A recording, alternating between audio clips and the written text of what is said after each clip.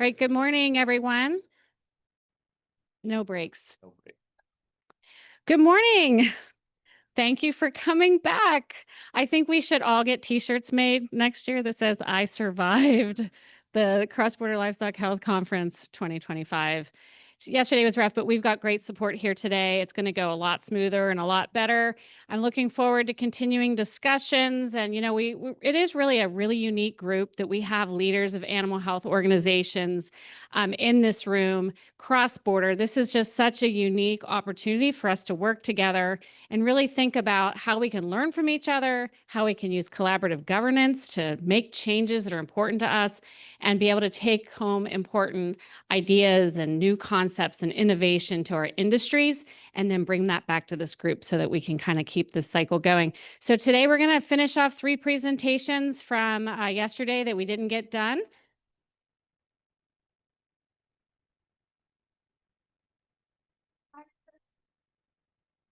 And then awesome. Okay.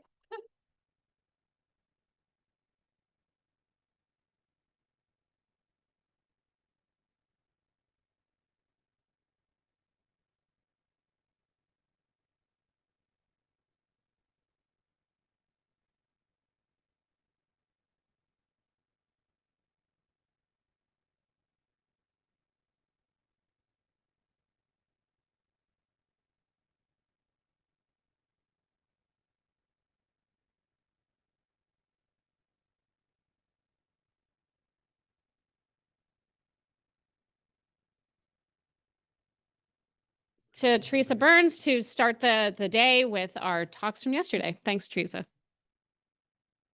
Good morning. Thanks. I'm Teresa Burns. I'm the Chief Veterinarian for British Columbia. And again, I'd like to echo Amber and welcome you all here today. We have a number of short presentations that we're going to go through first, and then we'll move on to the state vet presentations. So the first 3 presentations are actually Team British Columbia. So we're going to talk quite a lot about poultry high-path avian influenza. Brad Driediger is going to talk about some research or trials that they've been doing with nitrogen depopulation and a sort of a new depopulation method. And then I'm going to talk a little bit about our genomics and wild bird surveillance. Right there. Okay. So the first presentation is actually a co-presentation. I'm going to present some of the slides, and Kevin Klippenstein, who's from our poultry industry sector, is going to present some of the slides too. So, okay. Do I press the little arrow? Hopefully people online can hear. If you can't hear, I don't think there's a chat function, so just text or message someone that you know that's in the room, and we'll try to get that sorted out for you. So this is the first presentation. I'm going to give a very brief overview of what we're doing for high-path AI surveillance in dairy in British Columbia. This will build on what the CFIA presented yesterday. Again, we've been fortunate in that we haven't had any high-path AI in dairy in Canada or British Columbia. Then we're going to talk about our avian influenza prevention and preparedness table. We have been unfortunate in that we've had a lot of high-path AI in poultry in British Columbia. So we're going to talk about sort of the innovative work that federal, provincial government and industry have been doing together to try to get our arms around this problem and try to have less cases going forward. And then I'm just going to talk briefly about a case control study that we're doing that's part of that avian influenza preparedness work. So Morgan Sangster's here today. She's from the BC Dairy Association, and Morgan is one of the team members that's been working really hard on our avian influenza and dairy preparedness work. So in Canada, the CFIA is the lead agency, and as Dr. Ireland talked about yesterday, they have that national surveillance program based on milk truckload sampling. But in BC, we have a concentrated dairy sector right across the border from Washington in our Fraser Valley, and we also have a concentrated poultry producing sector right in that area. So when we started seeing the news out of the United States, I must say I got very nervous, and we wanted to be very proactive. And so we also have a model that we get quite a lot of cows in from the United States into our dairy herds. Both lactating and non-lactating cattle come up across across the border. Now, I'm thankful to Dr. Idle that she also was nervous and put in a fairly aggressive surveillance program, because once that was in place, we had a very nice barrier to help protect our herds. But nonetheless, we wanted to be very vigilant. And so we worked with BC Dairy. So this was really a collaboration between the province and industry. We really worked on this together. And we developed a lot of documentation about like prevention response plans that we could share with producers, that we could share with dairy processors, so that everybody knew what to do if we did get a case. And then also we developed a sort of an enhanced surveillance program to layer on top of the CFA program that resulted in every farm in our province being tested at least once a quarter to make sure that we didn't have a farm that was going undetected for longer than a few months at least. And that just gave us reassurance that we're on top of this and nothing's happening that we're not aware of. And so we're pretty much through every farm in BC. The first round, we started on April 1st, and we've pretty much tested everybody in the province. There's a few remote herds that we haven't got to yet, and a couple in the Fraser Valley, but we're getting there, and we're going to repeat this every quarter for at least a year, and then we'll reassess depending on sort of the situation in the United States and where we're at. The province is paying for this specific testing program, and all the work is being done in kind between our provincial staff and the BC Dairy Association. Obviously, before we launched this, there was quite a lot of consultation with the BC Dairy Board, and they really asked and advocated for this because they wanted to make sure their industry was protected. So it's hard to say how much work it took, but it did take a lot of work, and we're happy that it's going well at this point. And now it's off to Kevin to talk about the avian influenza prevention and preparedness table. Thank you, Teresa. Good morning, everybody. So I am the chair of BC Chicken Marketing Board, as well as the EOC Oversight Governance Committee, which we put in place in 2024, so that we can move forward with some proactive approaches to dealing with this disease. So let's talk about BC poultry. So BC is home to 497 poultry farms, with over 84% of them located in the Lower Mainland. So that makes disease management especially complex. Our supply management system involves 4 marketing boards, so layers, hatching eggs, broilers, and turkeys. The word marketing can be kind of deceiving, as we don't actually do marketing per se. We control orderly marketing, and we are the regulators for BC poultry. Producers own quota, and allocation is set at a national level, then distributed to the provinces, who distribute it to producers who own that quota. Ducks and geese, however, are outside of supply management, but as you can imagine, they play an important role at the AIPP table. So we've included as well BC Dairy, even though they're not poultry, because of all the issues that's been happening. We want to make sure that they're at the table and taking part in the conversations that's happening. So then there's the BC Poultry Association. That's kind of an umbrella organization for all the producers. And that as well is part of the BC AIPP committee table. So since April of 2022, we've had continued outbreaks of AI, and we need to do something to try and curtail the outbreaks. In 2024, the boards, as regulators, took over the EOC, as we felt emergency management is still involves quite heavily with orderly marketing. And that EOC has a governance oversight committee that has representation from all boards and includes a member of the Poultry Association. So this is really the full poultry sector coming together to try to work on these issues. The idea that if we came all together and then worked with industry and then government partners as well as regulators, we'd have a little bit more of a impact than as producers would say. So in March 2025, we brought everyone to the table, literally, to form the Avian Influenza Prevention and Preparedness Table, or what we call the AIPP table. This was to work collaboratively to help be prepared for the next wave and to try and find the preventative techniques So it includes commodity boards and associations, the CFIA, Public Health, BC Ministry of Ag and Emergency Management Branch, as well as the Chief Veterinarian and the Extension Agrologist for poultry. We meet monthly for full-day in-person sessions, and the table has become a core piece of our readiness strategy. One of the table's core pillars is emergency response, but increasingly we're putting more energy into prevention. This has created 3 working groups: biosecurity, the novel tools and technology, and a vaccine working group.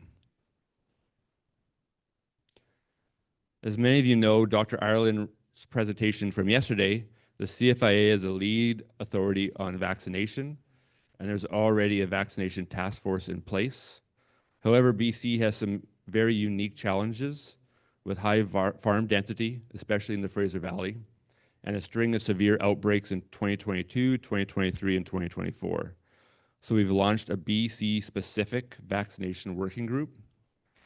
The job here is to ask, is HPAI vaccine feasible in BC? If so, what would a pilot project look like? We're working closely with national partners to ensure alignment, but we're pushing forward with solutions that work for our region. So beyond vaccines, we know that prevention depends on innovation. So in 2024, even after heavily investing in biosecurity upgrades, we were still hit hard. That sounds like we need something to change. So that's why we formed the Tools and Technology Working Group, bringing together the poultry boards, allied trades, university researchers, and provincial partners. What we're analyzing is peer review research on the topics of air management, water management, wild bird management, and pest management. We've partnered with Simon Fraser University to synthesize the research and help us determine which tools are worth adapting, scaling, or refining. We also just got word yesterday from the minister that there's a bunch of approved funding coming towards us to put towards the technologies that we can come up to and actually put it onto farms. So we thank Minister Popham for that. Oh, I thought we got rid of that. Okay. So I'll just kind of say a little bit about the technology survey. So it's not on here, but we did do a survey with producers and found out that 44% of our producers surveyed in the new technologies are actually doing something to try to be preventative. Producers are actively trying to find solutions on their own. And one of the biggest things that came out of the survey is the reason that they're investing is they want to find out possible vectors that are causing the infection, large numbers of wild birds near the barn, location that they have very close to their poultry farms. They wanted to look at ways of adding layers of protection and then trying to reduce the risk of reinfection. So that was pretty positive that farmers themselves are actually like trying to be proactive as well. And then moving on to the BC Biosecurity Program and where we stand. So in BC, we've kind of had a strong foundation to build on. BC's poultry biosecurity program dates back to 2006, with the latest update in 2019. So our biosecurity includes controlled access zones on farms, barn security and anterooms for clean entry, mortalities management, manure strategies, and clean equipment standards, farm logs, training, and auditing. So it's pretty extensive. Even on our auditing side, we've got a robust training process, mentorship, certification, and review. And all farms have an on-farm audit every year by auditors. And we also have 3-party audits on our auditors as well. And so with BC Chicken, we've actually done all our producers get an on-farm audit every year. And we're actually looking at now doing surprise audits just to see if, hey, like, okay, you say you're doing this, but what happens when we just show up at the door, right? So trying to be proactive on that front.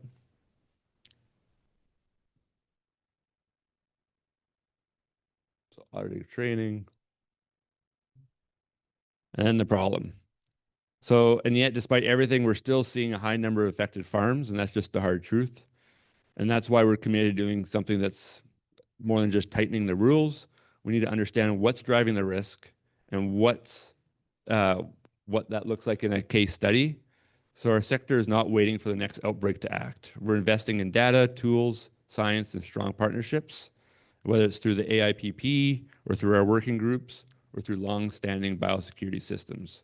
We're working together, government and industry, to do better. And with the support of producers, processors, researchers, and policymakers, we're not just reacting. We're building the next generation to disease prevention in BC poultry sector. So I'm going to turn it back over to Dr. Burns to talk about the case study.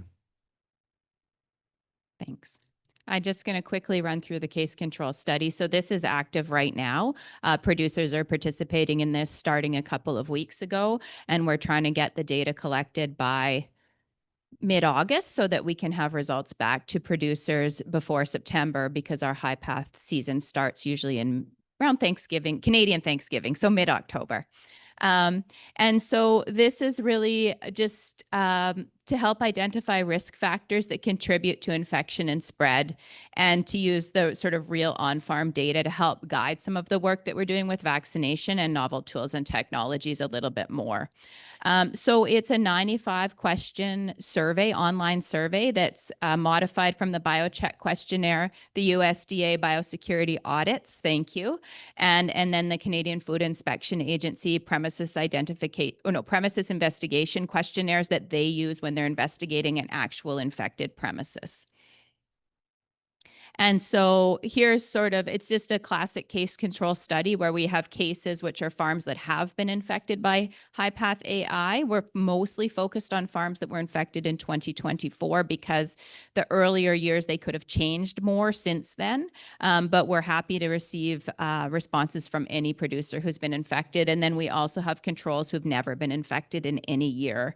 And so we're going to just collect a bunch of data and compare to see if we can learn anything that we don't already know in a sort of more rigorous fashion. And so this is just the dots of the blue farms are IPs and the red farms have never been infected. And you can see that there is a lot of dots on the map. And also there's some blues and reds all squished together, which is kind of interesting. There's not a lot of geographical clustering. So just, this is our friend, this is Washington. This is the Fraser River. And this is what we call the Lower Mainland or Fraser Valley, which is really our intensive poultry producing area. Because you're going to see this map again, so now you're fully oriented. So this is just the study design. Launching the questionnaire now, it was a bit of a scramble because we only sort of got organized to do this partway through the summer, and we want to get the results back right away. Like everything, you want to start as late as possible and finish as early as possible, which is great for science in the summer, but we're getting her done. And so that's basically that. I'm really excited about what we learned from that study. It'll be very interesting to sort of compare that to what we're hearing qualitatively from producers, from the CFIA, et cetera. And hopefully we can pull something together that really provides more insight into this problem that will help guide our Fraser Valley producers who've really suffered with us over the last few years, as well as potentially inform other regions across Canada and North America to help hone some of the next steps if we continue to get hammered by this disease over and over. And I'm going with a theory that if you work really hard on a disease, it disappears and then you don't have to worry about it anymore. We tried benign neglect for 2 years and it didn't work. So now we're trying to like really focus on it and hope it just fades away. Anyway, good. So that's it for this presentation. Should we just move on to the next one? Thanks. You can take questions while we're, yeah. Do we have another? Oh yeah, there's one. So I'm just curious about farms that have become reinfected. I know it's something we've talked about before, and just curious if you have any preliminary ideas for why those farms become reinfected. And it looks like they're all on top of each other. So that's also interesting. But what are your thoughts on that? We don't have sort of a clear understanding of why farms become reinfected, but we do know that certain species are certainly more likely to become reinfected. So unfortunately, our duck producers have had many challenges, and also our turkey producers. And that's probably related to both susceptibility to the virus and sort of the barn structures or production models in those sectors. But we've also had some sort of conventional chicken producers or layer flocks become reinfected, and we don't have an understanding of exactly why. We're hoping the case control study might shed some light on that.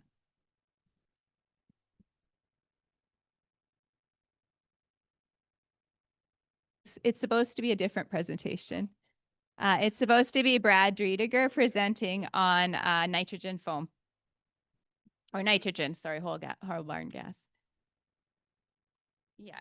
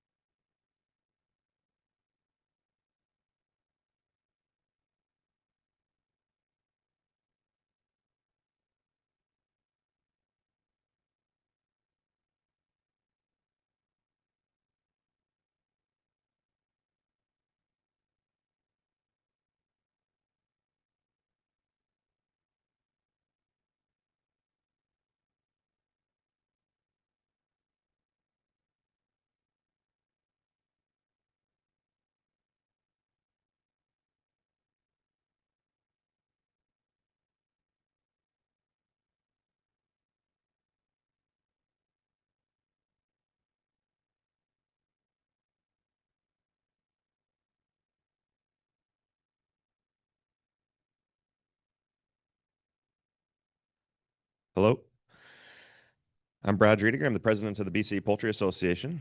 The BC Poultry Association is an organization that works to represent and promote the shared interests of the regulated poultry sector in British Columbia.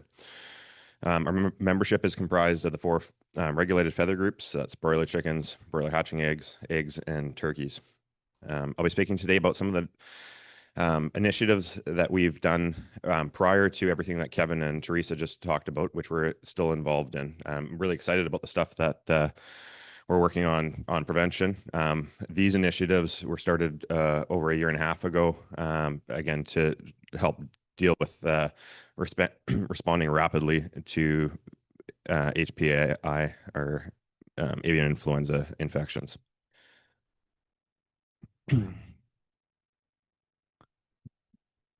So the things I'm going to go over here today are three things: supporting access to CO2 in the valley, testing and optimizing whole barn nitrogen gassing, and training of third-party contractors in outbreak response.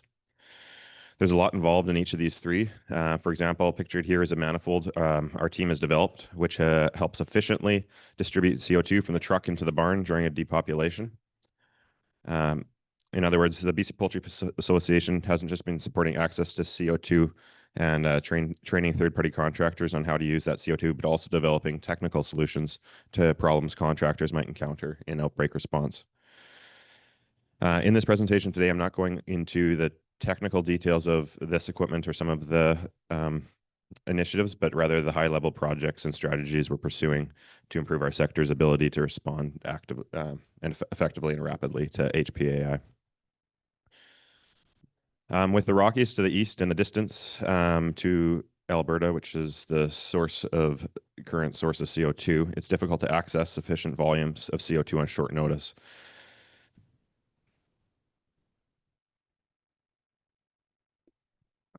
In case of a need for multiple barn depopulations. We have been working with Ferris, an Alberta-based oil and gas company, to bring and station a 90-ton storage tank in the Fraser Valley. It would otherwise be an 1,100-kilometer journey from their facilities to our main poultry producing region. Trucking sufficient volumes of CO2 from Fort Saskatchewan, Alberta to the Lower Mainland would be is expensive. There's delays in loading the truck, scheduled breaks on the way, and more. And the truck only holds about 30 tons of CO2, and we found the typical farm needs 6 to 8 tons of CO2. So we've found over the different outbreaks as it spikes, and we get multiple farms in the same week, it's difficult to access the CO2 for rapid depopulation, which really makes a difference in the spread of the disease. Renting the tank ensures we have the right amount of CO2 at the right time. We've also been working with another company, Western Gas Co., and that's more local, to supplement the volume of CO2 available for depopulations. Between the 3 tanks in the Lower Mainland, we have about 90 tons in total on hand. We'd like to acknowledge that the CFIA has made our CO2 storage efforts possible through funding from its federal assistance program.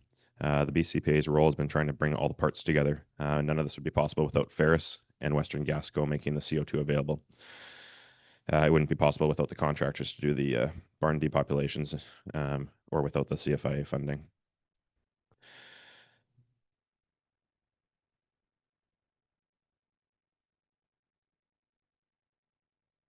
But as mentioned, storing all that CO2 isn't cheap. We've been working with partners in other parts of Canada, Alberta and Manitoba specifically, to test nitrogen gas as a potential alternative.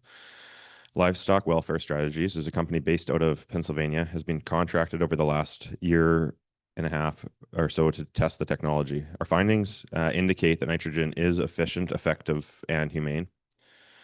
Through testing nitrogen gas as an alternative to CO2, we've worked with a range of liquid nitrogen suppliers, including Innovair, Ferris, and Linde. We found that one critical factor to the success of nitrogen gas is balancing the flow and pressure into the barn. If the flow rate isn't right, the nitrogen doesn't distribute evenly throughout the barn. If the pressure is too high, the temperature of the nitrogen entering the barn can be too cold, damaging equipment and in the barn itself. Many nitrogen suppliers are accustomed to working in the oil and gas sector and aren't used to calibrating or restricting the flow and pressure for filling a barn for this purpose. So through the trials that have been conducted so far, they've been training these suppliers how to calibrate properly for them for barn depopulations. We've also developed a calculator shown on this slide here. So this liquid nitrogen injection calculator is an example of one of the outcomes from the testing. In this case, all you need is the barn dimensions to calculate the appropriate injection rate. This has been developed based on Canadian industry standards and might not work well in all jurisdictions. For example, barn densities will differ between Canada and the US. More barns in a tighter space may need less or more nitrogen compared to what we found in our Canadian testing. Now that we've just demonstrated that nitrogen gas can be used to safely, efficiently, and humanely depopulate a barn, the next step is to optimize the technology. We're looking at ways to adapt existing equipment used for CO2 to use nitrogen gas. We're also looking at ways to infuse foam with inert nitrogen gas instead of air. This foam could be more effective and humane than nitrogen gas or CO2. This will involve comparing the effectiveness of different systems and tools to find the best way of using nitrogen. That work will begin in earnest this summer and continue through 2026.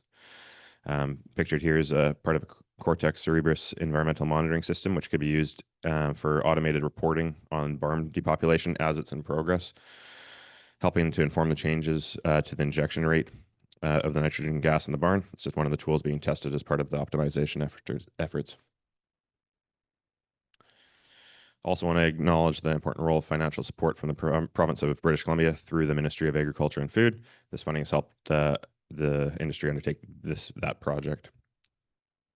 Lastly, our third initiative in this suite of initiatives is training of third-party contractors. We've identified a need to have the third-party contractors who are well-trained on how to support barn depopulations. It's important that these workers are safe and following appropriate biosecurity protocols as they enter these barns. Working with a trainer who is also a BC egg producer, we have held 11 training exercises over the past year or so. With these exercises, we now have one company or additional company to CFIA who is now fully trained with fully trained staff. To avoid relying on only one service provider in future outbreaks, we're also training 3 additional companies. This will mean holding more exercises over the next year. We've also prepared online learning modules for when in-person exercises have been difficult to organize. This has resulted in a total of 2,096 training hours over the life of the project so far, combining both in-person and online training. Like our CO2 storage, this work also wouldn't be possible with funding from the CFIA through the federal assistance program. BCPA's role in all these projects has been to identify companies who can provide support with barn depopulations, getting them connected with a trainer, helping secure the permitting necessary for a training exercise, identifying barns and flocks where exercises can be held, and more. There's more work to be done, including nitrogen optimization and training more third-party contractors. And then all of the work that we're doing with the AIPP table, the new and novel tools and technologies. So this has been, so these initiatives have been trying to work on rapid response to multiple outbreaks, and we're excited about the other initiatives we're working on. Thanks, Brad. Does anybody have any questions about any of that? Where are we at? Who has a question? Oh, Or discussion? I mean, it doesn't necessarily need to be questions for the presenter. It could certainly be discussion. I'm just curious, what are the major challenges you've seen with nitrogen gas? The work's still ongoing, but from what I understand, it's the temperature change of the nitrogen mainly. So as it comes in, it's immediately freezing all of the equipment when causing significant damage to the barn. So it's that injection rate, which is super important. There's quite a bit of safety benefits that we're seeing on there's not as many safety hazards than the CO2 on once it's depopulation's finished, and then you're kind of releasing the barn. With CO2, you have to be careful about where employees are at access points and how you uncover the barn. And nitrogen, it's much less risky that way. But. Can I ask, I kind of have two questions, and the first one is just in terms of both are relative to CO2. How does the cost relate? Like, obviously there's availability and different geographic factors that play in, but I was just curious how that cost kind of plays in. And then in terms of animal welfare, is it kind of equivalent to CO2? Are there differences that you guys have observed as we've gone through these trials and started to expand its use? From what I understand, the nitrogen trials have been very effective, although you have to there's the potential of having some pockets of oxygen depending on where it is. This is where the foam may allow it to distribute a little bit easier. As for sourcing, there's just a lot more nitrogen's easier to access and could potentially be made on site, whereas CO2 we're very limited in supply.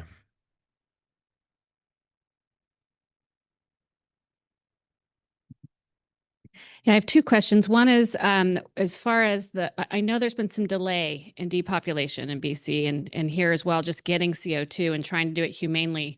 And I know in BC you can't use VSD, and it seems like in the US we will reach for that because we get nervous about it spreading to another operation. I'm curious, how have delays in accessing CO2 impacted disease spread between farms? Have you seen that?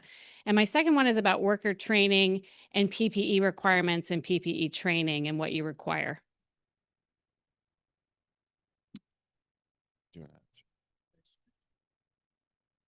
Yeah, I can answer the first one. So certainly in 2022 and 3, we saw delays in getting birds down.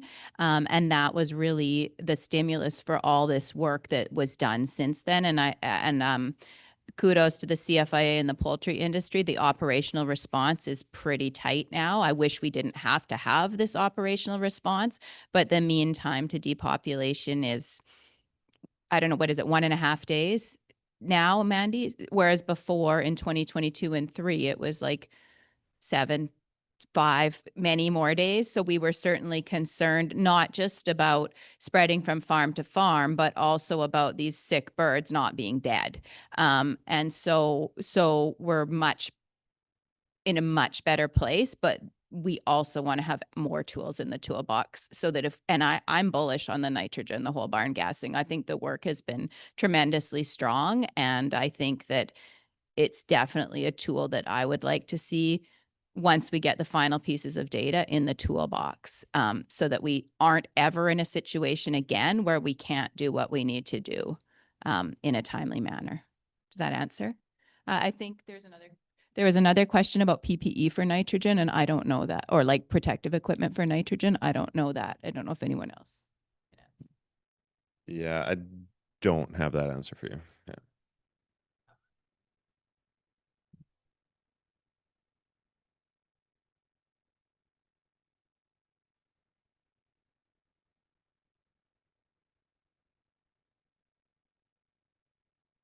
I'm not sure if like on which barn types the nitrogen's been tried on. I think they've done some. Yeah. Yeah. I don't think that might not be on. So in Alberta, they did the nitrogen and we didn't use foam, we used gas. Historically, there's been some difficulty foaming nitrogen gas with hard water. And so they used gas. I wasn't at the trials, but I know that Jeff Hill has worked on Avery's and multiple systems and trying to work that out. I wanted to go back and comment on 10 days to depopulation because there's no gas. Even in Alberta, where it's only 300 kilometers from Fort Saskatchewan, we had some barns that were 10 days out. And the real horror of that is for the farmer.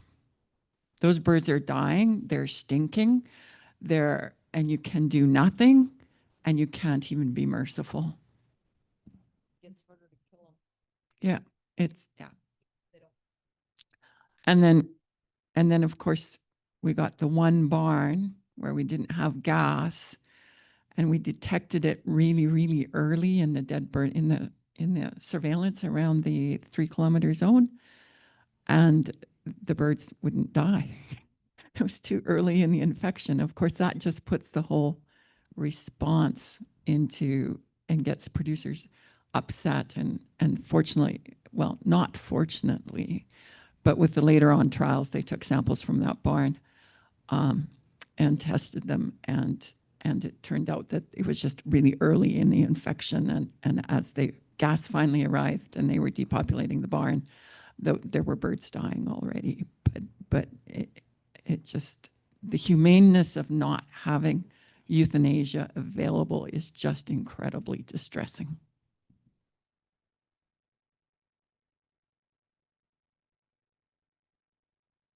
Hello.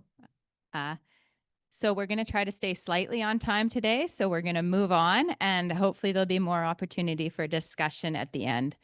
So this is the third BC presentation. You're almost through our presentations at this point, so thanks for sticking with us. And this is just a little bit of a story for you about our surveillance program in wildlife and wetlands in BC. And the reason I wanted to talk about this is because I think that there is an opportunity to tighten up the collaboration across the Pacific Northwest region on our sort of early detection surveillance. There is some working together that already happens, but I do think that there might be opportunities to make it even stronger. So just wanted to give a high level overview of what we're doing, and also tell another story that it is a little bit stressful, but had a happy ending in the end, just as sort of an example of why surveillance is important. So we've already been through this. Here's our map of the Fraser Valley. So you can see that the distance from Chilliwack to Abbotsford is about 23 miles. I hope the Americans appreciate that I noticed to put it in miles and not kilometers, just to give you some scale of the Fraser Valley. And of course, that's where all those dots were, where the poultry farms were located in our poultry producing and dairy producing region of the province, just because it's such a fertile valley with such good growing land, farmland, and also all of our allied industries have been concentrated in this area so that we have an economic model of production for both dairy and poultry. So we do have surveillance of dead wild birds in the province, and like all good things, it's a collaboration of many, many agencies, and it's taken a long time to build that collaboration. So it's a collaboration between our Minister of Agriculture, Forests, Wildlife, BC Center for Disease Control, which is actually a human health organization, but has fairly advanced ability to do some of the laboratory work. We're building the ability to do that work within our Animal Health Center laboratory, but BC CDC has had that capacity for many more years, and we're just starting to get it now.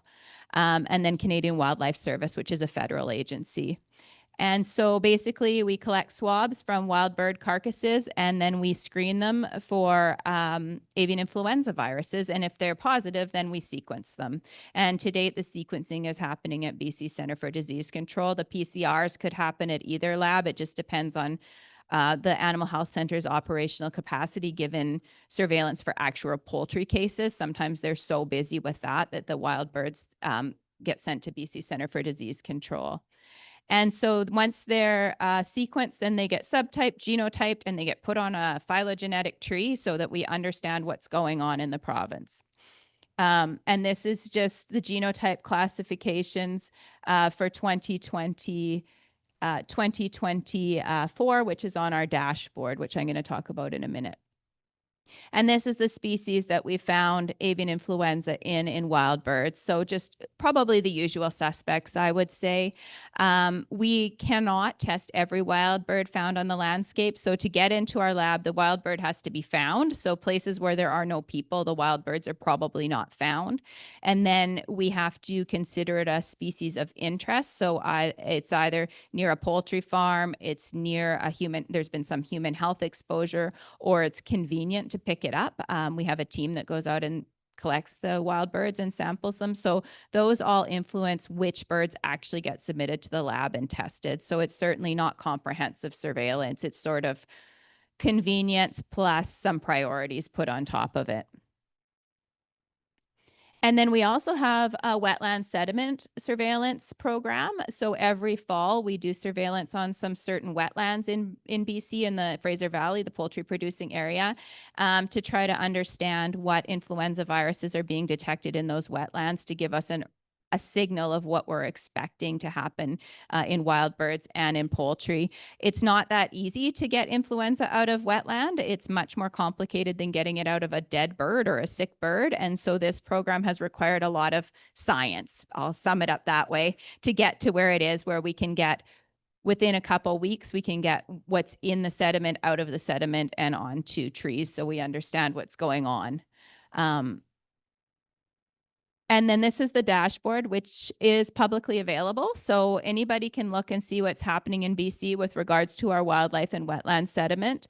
And you can see this is the wetland tab over on the left here. So you can see, this is wildlife. So you can see what virus has been sequenced, what type it was, et cetera. And then there's a bunch of different tabs across the bottom where you can see like what's been found in sediment, et cetera. And then just this is from June. So you can see that we don't have very many wild birds and we're not doing sediment at this time of year. But if you'd looked at this in November, we'd have had a lot more positives showing up in this data.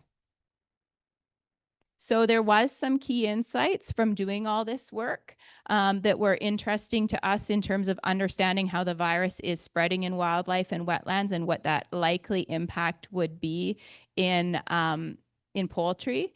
And so we were actually able to detect the first 2.3.4.4b on 16th of September 2024 from wetland. And then we saw the detections in wildlife, poultry, and a local human case. So that was it was actually useful now that we can get it done fairly quickly to give us a signal of what's happening. And we use that for things like indoor bird orders and other things, sort of high level biosecurity within industry, going up to that red zone biosecurity, red level. And then this is really the story. So last November on a Friday night, about 10 o'clock, my phone rang, which is never something you want, the pink phone, which is the work phone. And so could I join a call? And I got on a call and there was 16 or 17 high-level public health physicians all looking out at me from the Zoom monitor, and my heart sank. And sure enough, they detected avian influenza in an incredibly sick teenager who was at BC Children's Hospital with respiratory failure.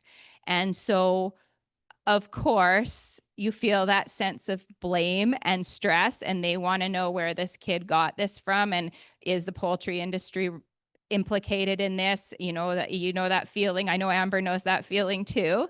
And so thank goodness that we had this surveillance program in place, and the work had been done over the last 10 years to build this program, because we had a lot of samples that had been sequenced to compare to this human sequence that we got from this poor sick teenager, who after many, many months in the ICU actually recovered and went home. But it was for many weeks, there was high level of concern that this teenager was not going to pull through this. And of course, there's media. Everybody's worried, is this the start of the next pandemic? But the good news is within 3 days, we were able to get the teenager's sequence on this tree that we'd already built up over years of work. And you can see, so basically the way these trees work for people who don't spend their time looking at it is the number of steps from this dot back to this dot and out to this dot shows how closely related the sequence is. So this is quite a few steps apart. And then over here, you can see that these two sequences are very closely related because they're basically 1 step apart or 2 steps apart. And these 3 sequences are identical because they're on the same vertical axis. So luckily, we were able to put the human case. They had 2 genomes from the human, and we were able to put it on the case and see clearly that it clustered with all the wild bird samples that we'd been collecting for years, and that it didn't cluster with the poultry cases that we'd been seeing during the active outbreak in the fall.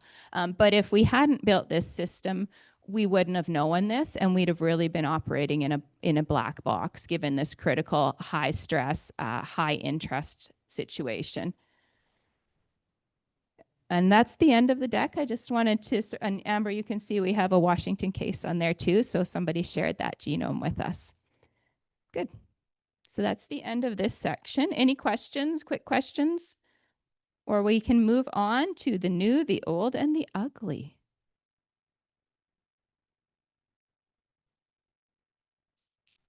Tawny's up.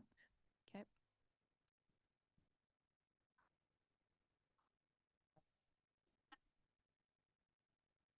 Any questions on any of the first presentations while we load the next section? And a reminder that there is no breaks, so feel free to step out if you need to for a minute or two, and then come on back in when you're ready. Yeah. Your genome database, do you share that with whoever wants it?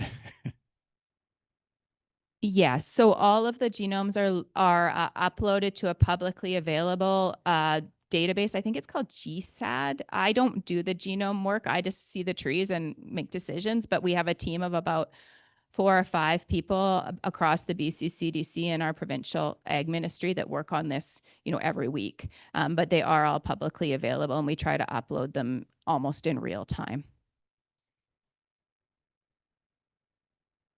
Yeah, so the US would be able to see all the wild bird genomes that we have in the province, and some states upload and others do less. And also some states do more and less surveillance, as I understand it. I don't know if anybody from the US wants to speak to that. Nope.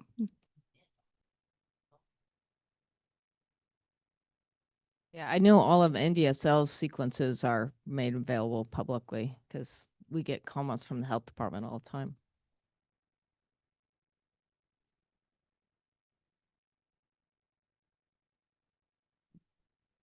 You touched on it as well in this presentation about, the fear and the human cost and everything associated with that, and the mental anguish from a producer's side aspect that occurs in the barns when they're depopulated and everything that goes on with that. How are we addressing that? Where's the composting occurring that we talked about yesterday here? And the cleanup and everything associated with that human cost to the producer side of things is really, really significant.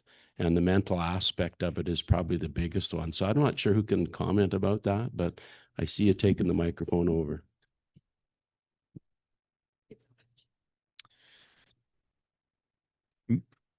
Yeah, it's hard. Yeah, and you definitely see it across the industry, across the producers, especially when it's year over year. I think everyone in, like, if we go back to 2022, you can get through knowing that there's like thinking that there's an end date. Like everyone's who's still in the industry is in 2004. We experienced it in 2015. We experienced it, but then there was 8-year breaks. So I think everyone had the idea. It's like, hey, if we can get through this, we're probably going to be clear for another 8 years. And then that happens again, and everyone's in crisis mode. And that definitely is for sure draining. And so it's frustrating when you try initiatives like rapid depopulation or biosecurity upgrades and still don't have any movement on it. So I don't know. I think in the agriculture sector, everyone is to a fault optimistic sometimes, in all industries, whether it's on a weather front or they can get through a lot. But there is, I don't know, there is limits to that. And so I hope that we can make progress on that. Does that answer your question? It's a start, but we probably don't have time to go a whole bunch further, but maybe we can talk after. Okay. Yep. That's what we love about this. It's all complicated. There's never straightforward answer. I'm going to have Dr. Szymanski go ahead. So we're doing a huge pivot now in topics. And it makes me very happy that brucellosis is considered the old, because hopefully that is an indication that people are starting to have a comfort level of where we are with the program. But I don't want it to be old in the sense that people maybe don't care about it at all because of the substantial impact that it has in the greater Yellowstone area. We still need people to care, but not to care too much. So just, is everybody in the room familiar with, I know all the veterinarians are, but does everybody have a comfort level with what brucellosis is? Bovine brucellosis, the causative agent is Brucella abortus, primarily responsible for reproductive losses in cattle. We don't see those currently or anymore, but that's what we've worked to get to. The really important piece about bovine brucellosis is it's zoonotic, and that's maybe what started a lot of the efforts in the 1930s, 1940s to control the disease. So just to kind of illustrate the progress that we've made, this is a map from 1957 of the number of affected herds by state. So you can see the substantial numbers in a lot of these states, 1,100 in Montana, 8,600. I'm pretty sure this is Missouri. Don't skewer me on my geography knowledge. 1,300 in Texas, but some huge numbers. This is a really technical graphic that was produced by the state of Montana in the 1970s. But this is affected herds within the state of Montana. And you can see like still a tremendous number across the state of Montana.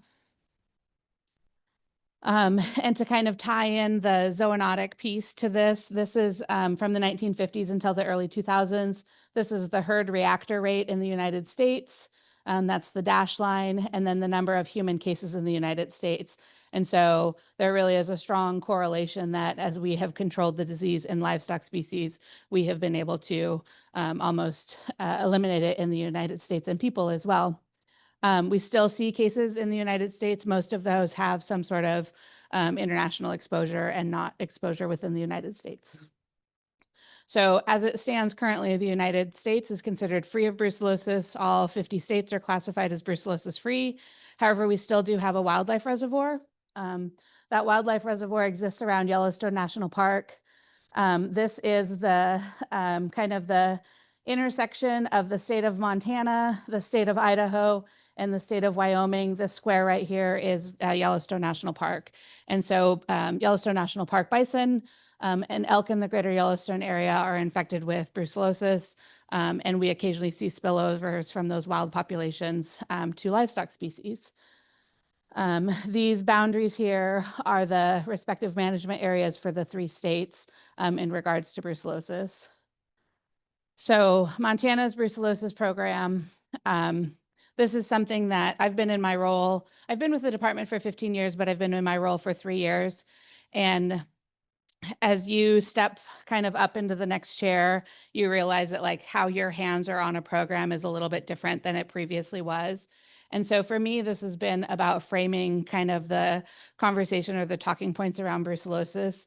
This is the goal of our entire program. As long as we don't ship an infected animal out of our DSA to another part of our state, to another state, or to another country, like we will be successful. And so how we do that is kind of the framework is over here.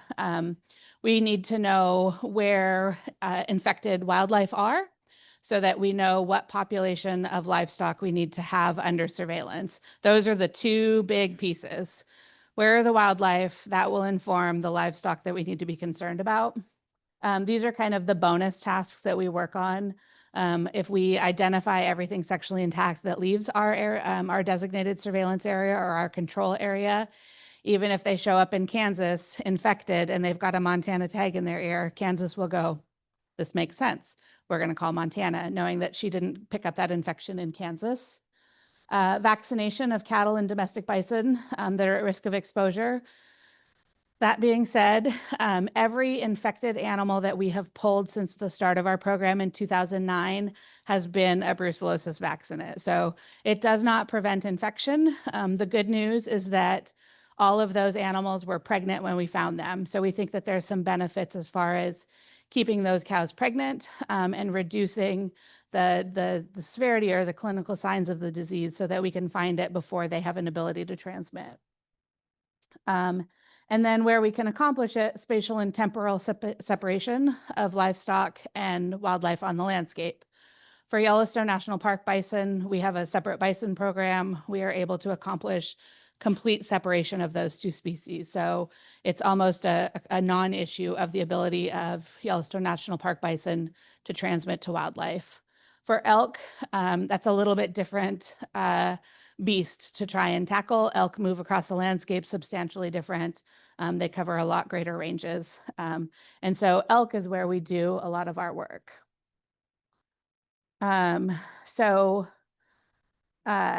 I meant to move this map and I apologize that I didn't. This is Yellowstone National Park here, and this is Montana's control area. The zones where bison are allowed to roam is roughly kind of a little hump here off the northern portion, and then it looks like a cow head that comes off of the tip of Yellowstone and kind of comes up. So there's the small area here is where bison are restricted to. And that's what allows that separation between bison and cattle. These are some of the other items that we work on when it comes to bison. I'm not going to spend a lot of time on this because I know we're a little bit late.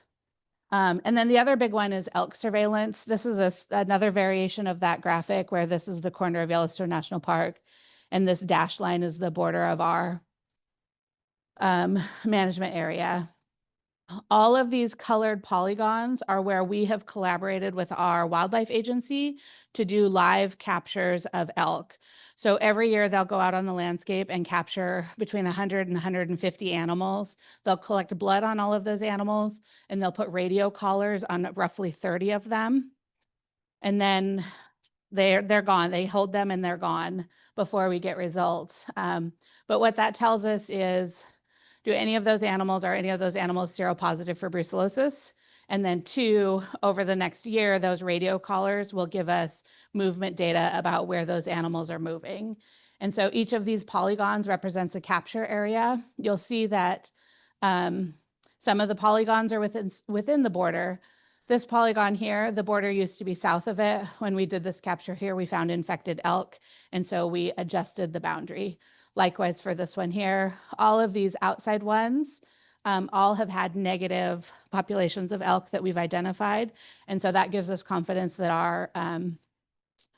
our border is in the correct area. And then Fish, Wildlife, and Parks goes back and looks at all of that movement data. For example, this population of elk here and this population in the Highland Mountains outside of the DSA, there's some movement between those two populations. And so that makes this a slightly higher priority area to kind of keep coming back to and continuing to do surveillance to see if that disease is continuing to move outward.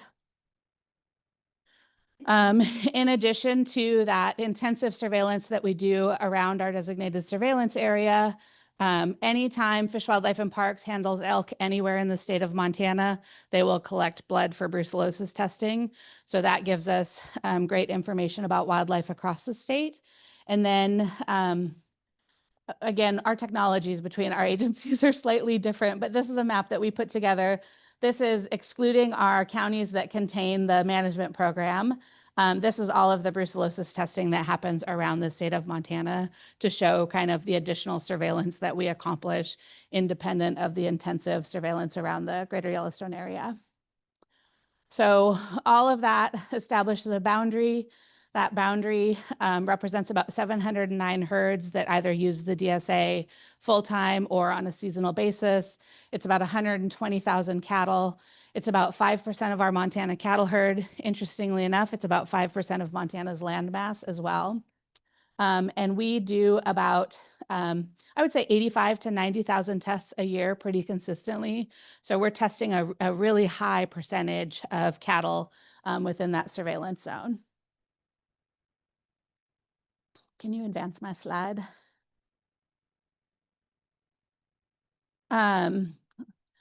These are just kind of a summary of the requirements that we have. The short of it is that if you're moving an animal out of the DSA or if it's changing ownership within, it should have a test. There's some variances to that, but that's the meat of the program. If you are a resident cow and you live within the DSA year-round, you're not obligated to have a test, but a lot of herds do voluntary whole herd testing. It's I think a really valuable tool that producers have to control when we find the disease, control when they go under quarantine, find it early, control when their cattle go through the chute. And I think that's really what drives a lot of our test numbers. We also have a mandatory vaccination requirement. Vaccination extends beyond the boundaries of our DSA. It's a 10-county area. If you're familiar with Wyoming at all, there's a mountain range that's the Bighorn Mountains, whose northern terminus is in southern Montana. They have some seropositive elk in this area, and so we've extended our vaccination requirement area to here. This is essentially just to create a buffer in case our boundaries aren't exactly where they should be. And then, so just maybe to make it relevant to the group here today, kind of what are some of the challenges that we're facing? And I won't spend time on all of them. I picked two that we would maybe spend a little bit of time on. Is one, the expanding geographic area of infected exposed wildlife. We have only ever grown our program since we started in 2009. It does seem to be growing at a maybe slower rate over the last half dozen years. But on average, we are getting one expansion of that surveillance area every 2 years. And so what is going to eventually stop that disease from continuing to expand in wildlife across North America? We don't know the answer to that, but certainly we don't want to continue to pick up, new areas, new herds as far as being required to undergo brucellosis surveillance. If you look at Idaho and Wyoming to the south of us, it is not unrealistic to think that in the next couple of years, Colorado or Utah might have surveillance areas in their states because of that expanding range.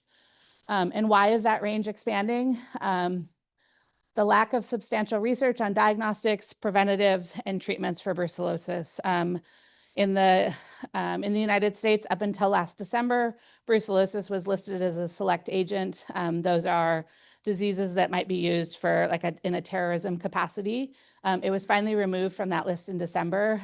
Being on the select agent list for all of these years has greatly limited the amount of research that can happen in that space. And so we're very excited that it has been removed from the select agent list. But I don't believe that removal comes with billions of dollars all of a sudden being dumped into the sphere of brucellosis research. And so it's still going to be tight dollars, but we're hoping that maybe if we work on prioritizing what our needs are, that we can find some earnest solutions that might help limit that spread or limit the impact of the management areas that have to continue to exist. I would say that the third one that I don't have up there, but is what we feel very acutely on the ground, is just producer fatigue. Some of the producers within our designated surveillance area have been in it since the inception. There's been no lift in requirements.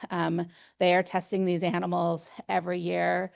No matter how much we communicate to them, like, we believe the risk is low, we believe the risk is low, from the time that that veterinarian leaves their property with that blood tube until it comes back the results, like, there's a stress level associated with that. You know, handling cattle, sometimes you injure cattle. We see shrinkage. We see concerns about when they're going to go under quarantine. We cannot send animals out for public grazing if they're a part of a quarantined affected herd. And so if they can't go to grass in the spring, like, that's going to be a huge hit to some of our producers. That program fatigue is so real. And so if we can really push for some creative solutions or ways that we can find relief from some of these regulations, I think would go a long way to the producers in the greater Yellowstone area. And for the state of Montana, and really for the other two GYA states as well, like, they're doing a lift that benefits our entire industry in the state of Montana. And if you're looking at an international level, they're doing an entire lift that benefits all of the cattle industry of the United States by making sure that we keep it contained to the GYA area. That's all I had. Hey, Dr. Szymanski? Yeah. Can you go through the financial piece just real quick, just so people know we are incentivizing compliance and cooperation? Yeah, so we spend about $2 million a year in the state of Montana on our brucellosis program, maybe give or take another 500,000. We pay for all of the tests at the diagnostic lab so that there's no cost associated with that. And then we do a veterinarian reimbursement so that hopefully that veterinarian gets reimbursed enough from our office that they don't additionally charge the producer anything for the process of going out and collecting those samples. If you pair it with, obviously, with preg testing, those tend to match up really nicely as far as those two activities. And so they can charge for their preg testing activities or their time, but there's no charges associated with the collection of the blood, the supplies, and the lab testing. And that's what makes the program really expensive, but that's what also makes it successful. Okay, thank you so much. And I really appreciate Dr. Szymanski getting us an update on the old. So we're going through our segment of the new, the old, and the ugly. And so next is the new, but it's also the ugly, but I had to call it, I had to pick. So it's new. New World. Screwworm will be next. And that's going to be Dr. Bagwell. She's going to be presenting virtually today. Yep. Dr. Bagwell, can you hear us? And can you share your screen, please? Do a mic check. I sure can. I can hear. Hopefully you can hear me. I just sent over a screen We see sharing. you. We don't hear you yet. Just hang tight a minute. Okay.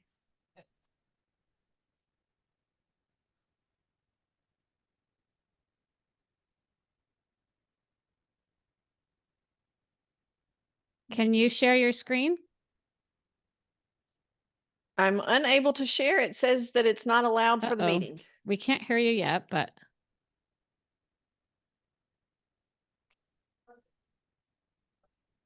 Sure.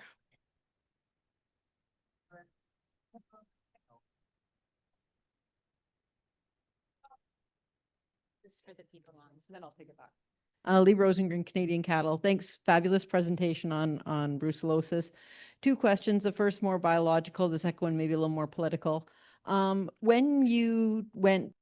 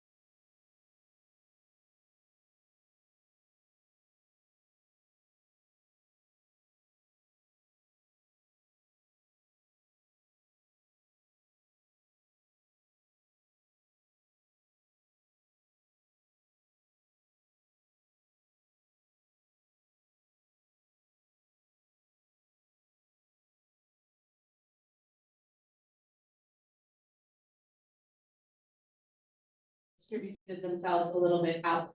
And so they have been infected. I think the first diagnosis was this in. Anna, can you do a mic check and share your screen? So I can hear you. When I try and share slides, it says sharing is not allowed. It's not turned on. Were you on the, you should have got an invite for speakers. I can resend that to you and see if that helps. So hang tight. Okay, sorry.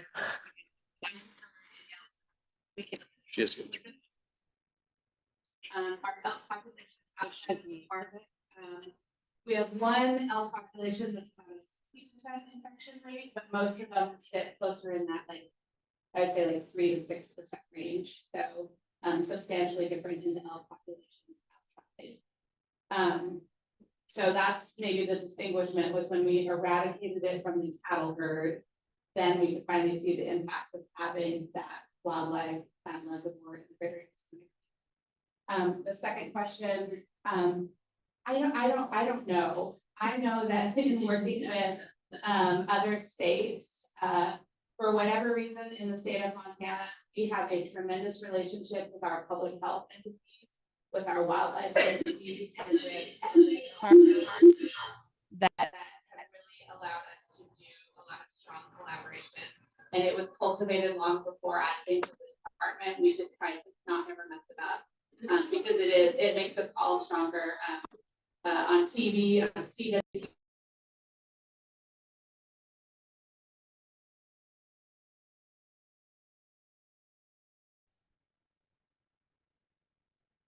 Okay, Dr. Bagwell, I don't know if you're on because I think I just sent Dr. Bagwell a new code because she wasn't able to share.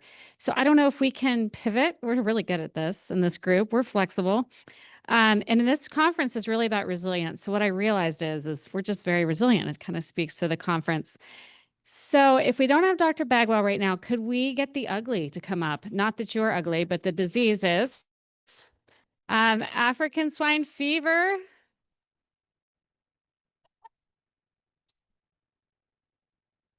All right, wait, Dr. Bagwell, do you want to try to share your screen? And if we can't make that work, we might give our IT a little more time. Yeah, so I just tried and it says it's not turned on for the meeting.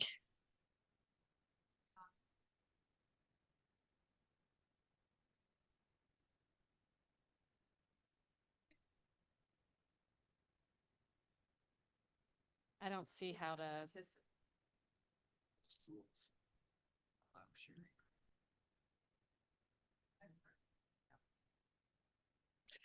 If helpful, I can send a PDF of the slides and someone there can share their from local if helpful.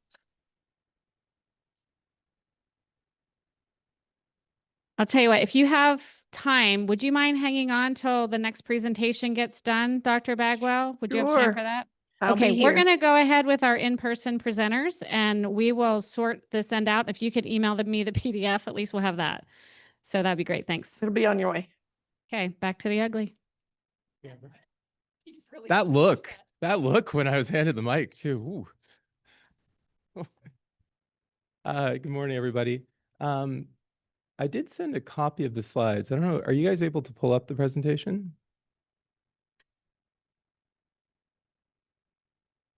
That's why I didn't do a presentation. No fuss, no muss. It would be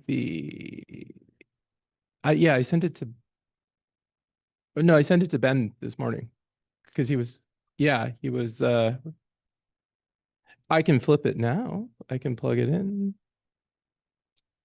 Yeah. Not gonna mess with our online folks. Sorry, guys.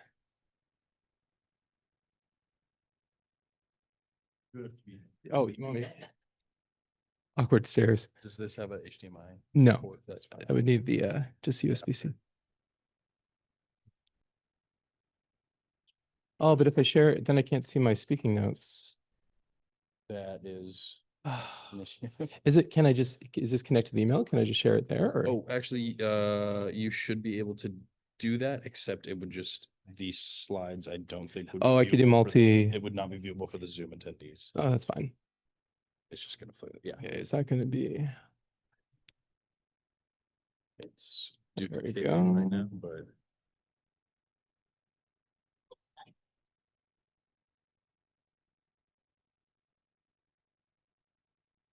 also go into slideshow. You go to the slideshow tab. Yep.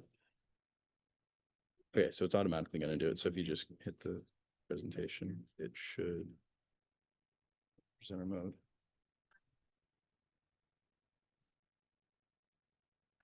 Hey, it worked. There we go. Oh, this is amazing. All right, great. You don't, I know I'm the ugly, but you're here with me, Steph. You can come closer. Again, it was that look from Amber this morning. No, good morning, everybody. So my name is Ryan Gray, and I'm the CFI lead for our ASF preparedness team.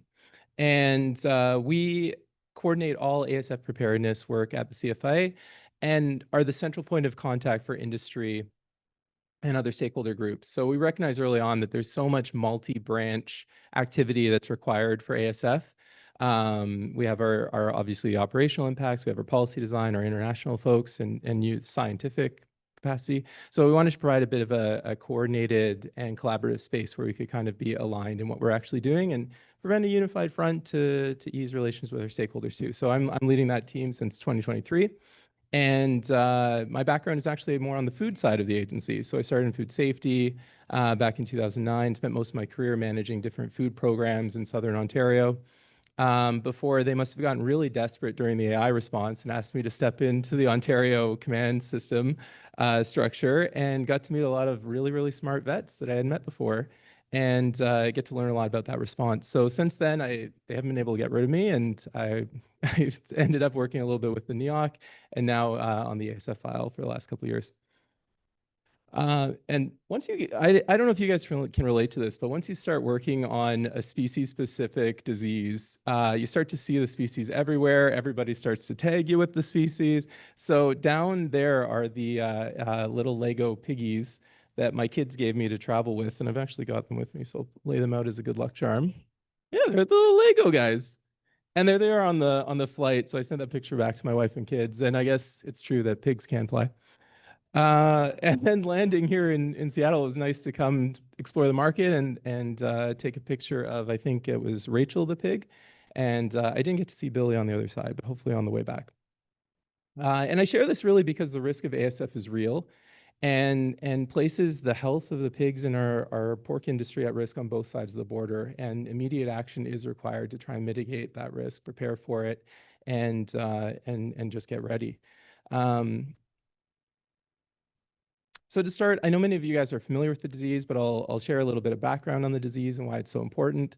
There are so many different facets to the file, but given that we're here at Penwar, I thought it would be great to focus on the wild pig component since that has such a large federal and provincial or federal and state component to it.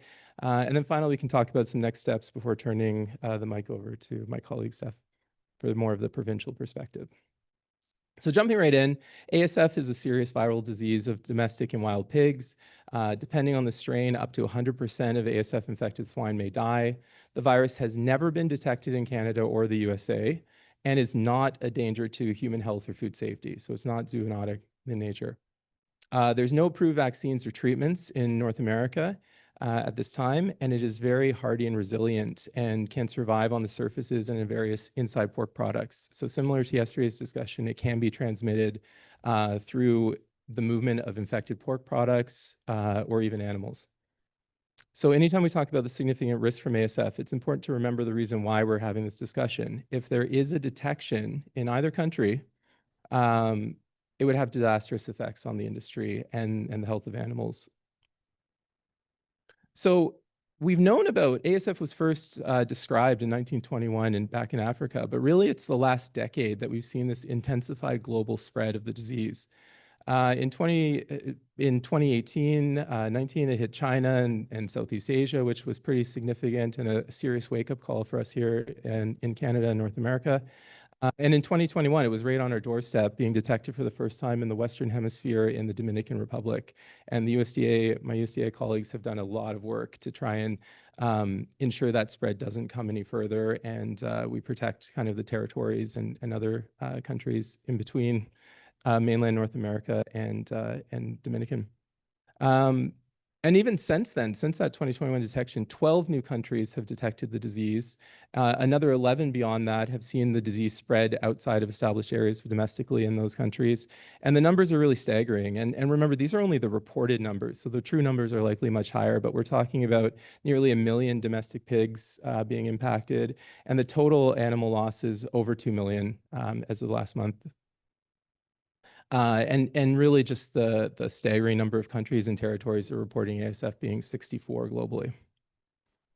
So in a Canadian context, just to bring it back to Canada, you know, and given that a detection will have these trade impacts, close borders, have this significant impact, it's important to recognize we're really vulnerable. We have a really, you know, significant and well established hog sector in Canada. They contribute a significant amount of money to the economy. I think we have 24 billion estimated. That's got to be a couple bucks American. We have estimated 100,000 direct and indirect jobs and 6,000, almost 7,000 farms across Canada, nearly half of which are independent. Canada is the 7th largest pork producer and the fourth largest pork exporter. And anytime we're talking about 14 million hogs on farm, while the industry is pretty concentrated in the central part of the country, a really large percentage of our products are exported. We've got 6.75 million animals coming south to the US every year. We've got, you know, 2.3 million tons of pork valued at nearly $5 billion going to 79 different countries as of 2023. So it's really a global market. And I mentioned this to point out, if borders close, we can't eat our way out of this. This is going to cause a significant impact, and we're talking about, you know, potential health of animals on farms and human economic impact as well.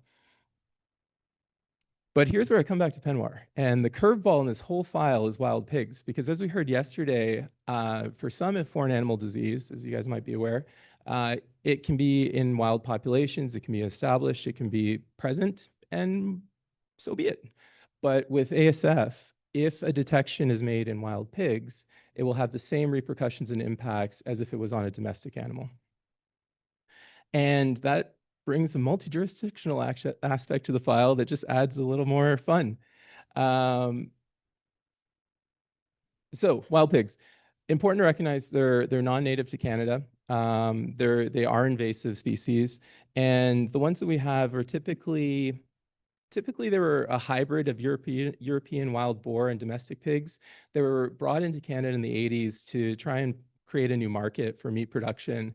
However, when that market declined, you know, some farmers released them, thinking they weren't going to survive our prairie winters. But spoiler alert, they did. And so now, many years later, we have some established populations in 3 provinces in the West on the prairies. And these animals really pose a significant threat to the agriculture, native wildlife, and ecosystems where they're present. They're super evasive and adaptable. They're not super pigs, but they are really difficult to eradicate. They're a significant threat to the ecosystem, and overlaid to that, there's such a multi-jurisdictional aspect. And I'll say that a couple of times because it's such a key aspect. All preparedness on this file is relying on multi-stakeholders from different federal, provincial, territorial, industry, indigenous groups kind of coming together to work together to solve the problems we have. But especially with wild pigs, where in peacetime population management, typically it's a provincial jurisdiction. Depending on which ministry, that may vary. Depending on industry, it might vary. I'll leave that to Steph. But generally, federally, we're not involved. So there's no federal point of contact or central coordination. However, in a response, CFI, being the competent veterinary authority, has the international responsibility to lead the response efforts to any disease detection. And I think that means that the only way we'll be successful is with significant support from our provincial partners. And I'm sure they'll tell you that's present for a lot of the work CFI does. But yeah, so stakeholder collaboration, sorry, I couldn't resist. So as I mentioned, CFI is the internationally designated lead, as I mentioned, but we need support from the provinces to find success. Also recognizing that the pigs don't recognize lines on a map. So if there is, there's always that potential for transboundary implications, and strong bilateral relationships are required to coordinate and be aware of that. Luckily, our populations are not south enough that they're presenting that clear risk, but there is research that shows that the type of ecosystems they like, you know, do spread across the border. Those valleys, those riverbeds do cross the border. So we need to be aware, we need to be vigilant, and we need to plan in advance, learn from each other, and share best practices. I have HPI up there. How are we talking about ASF? But when we were dealing with that response, as you guys were hearing yesterday, it really was unlike anything that the agency's ever faced before. There was one point in time where I think half the people at the agency were working on the HPAI file. And it caused a significant impact. And one of the things we do with large scale responses is always try and do a lessons learned. So even though the event is still technically ongoing, last year we undertook a bit of a lessons learned exercise. And why I have it here is the importance of having clearly defined roles and responsibilities, especially in a multi-stakeholder space, was a core takeaway. It was second only to responder availability and having trained responders to be able to deploy. And it's something I think we've really kind of taken to heart in this context and tried to make sure that we have unified response plans, that we're clear on who's doing what. And we still have some work to do there, I'd say, but and that brings me to kind of the next slide, where last year CFI actually published our collaborative response actions document, and it tried to outline what the CFIA will be doing. We tried not to speak for the provinces because we're just engaging in a lot of those conversations and we didn't want to guess, but it lays out kind of as a foundation what we're going to be doing, so we can clearly say these are the lines in the sandbox where we will commit to being part of that response, doing the resources for X, Y, or Z. You know, clear things like rapid detection and containment through surveillance, zoning, and primary control zones, biosecurity. I'll get the tattoo, guys. Joint eradication efforts would be, you know, conducted between CFI, provinces, territories, Indigenous communities, and stakeholders. Coordinated response communication strategies. We need to be aligned in what we're actually telling the public and directing folks to do. And then integrated planning and incident command structures. Again, being clear on who we're contacting when. You do not want to be trying to find out who's who in a crisis. And I don't see Stephen in the room, but my CPC colleague famously said, "Who's texting me? If this thing's going down, who am I getting the text message from, and how are we going to make sure we have clear coordination and collaboration?" So with all that to say, let's talk about a couple next steps. Exercises. I am completely sold on the value of preparedness exercises, whether they're tabletops, functional exercises. We saw last year at Penwar just how valuable that experience was. And no matter what, you put smart people in a room together, you walk out with really great things. And so what we're trying to apply this year is to look at that for a wild pig context, bring some different stakeholders together, find a willing provincial co-host, and develop an exercise for later this year where, well, maybe we can rope Alberta in or Manitoba. They're not here, right? Where's Manitoba? And really just try and you know, lay out the next steps, building on the collaborative actions document to start to talk about what MOUs would look like between CFI and the provincial authorities, understanding which ministries and which industry groups would be relevant in those particular provinces. Does everyone have a clear understanding of who's doing what in what context? Bringing in Parks Canada and other stakeholders that may not be considered. Because I don't know about you guys, but sometimes CFI had a tendency to internally go in a room, think of a strategy, pat ourselves on the back, come out and say, we solved it. Great job. And then all the stakeholders say, wait a minute, you guys didn't think of this, you didn't think of that, you didn't. So I think we're trying to, in the last few years, really take more of an open approach where we involve stakeholders earlier in the development. We created a pretty trusting environment in the ASF space and can share whether it's with industry or the provincial counterparts. So what can you do? So, you know, recognizing that we have decision makers and legislators, we have technical folks here, we have members of the public, tried to speak to a couple of those aspects to say, you know, let's prioritize the formalizing of intergovernmental agreements, those MOUs I was referencing, invest in surveillance domestically within the provinces, and the response capacity. Canada set up CanSpot ASF. We have a couple of really great tools and approaches that are another talk. And review that legislative approach. Where is it limiting us? Where can we harmonize it between provinces, between federal? Where are the gaps? And what tools do we need to enable that swift, harmonized action in the event of an outbreak? Squeal. You know, my pigs will tell me every time they see a pig now, and I encourage that. Definitely squeal on pigs, get the public awareness. I think our last public opinion research in Canada, percent of the public was aware of ASF and the risks. And it's hard to get attention with all the other things going around, broadly gesture, in the news cycle. But pigs are important, and if you're in spaces where that's possible, we need to make sure that they're there and report to the right people. And as travelers, don't pack pork. And if you do, declare it so that border authorities can make sure, because that's how this stuff spreads. We've seen it internationally making some pretty huge jumps. So with that, I'll actually turn it over to Stephanie, and then we can jointly answer any questions you guys might have. Good. Thank you so much, Ryan. So for those that are new in the room for today, I'm Stephanie Smith, Chief Veterinary Officer for the province of Saskatchewan. So my job for the next few minutes is let's make ugly beautiful. We can do this because it's not as ugly as we think it is. Yes, there's some gaps, but let's find the good wins here. And of course, anytime we're talking about feral pigs, yeah, there's a whole lot of social media out there, people talking about super pigs, talking about the fact Saskatchewan has more pigs than people. Yeah, no, I call bull on that. Let's talk about some real numbers and what we're actually doing. And you know, why I think we're in a bit of a better space than where we're being painted in the media, but also where we have some room to improve in terms of the ASF approach. So there is different variations across the country. In terms of provincial jurisdiction here, for Saskatchewan specifically, it does live within the Ministry of Agriculture and our Saskatchewan Crop Insurance Agency. We have the legislation that gives us the ability to determine feral pigs to be invasive and to take the appropriate actions to control them. So for Saskatchewan, that gives us the authority, essentially anything free living within that family of pigs, whether it's wild or hybrids, we can do something about. Our crop insurance agency has implemented a feral wild boar control program for many, many years already. Primarily, this is complaints based. So if we see sightings by the public, their role is to come out, check it out, determine, is this a wild animal, feral pig? Is this behind a fence?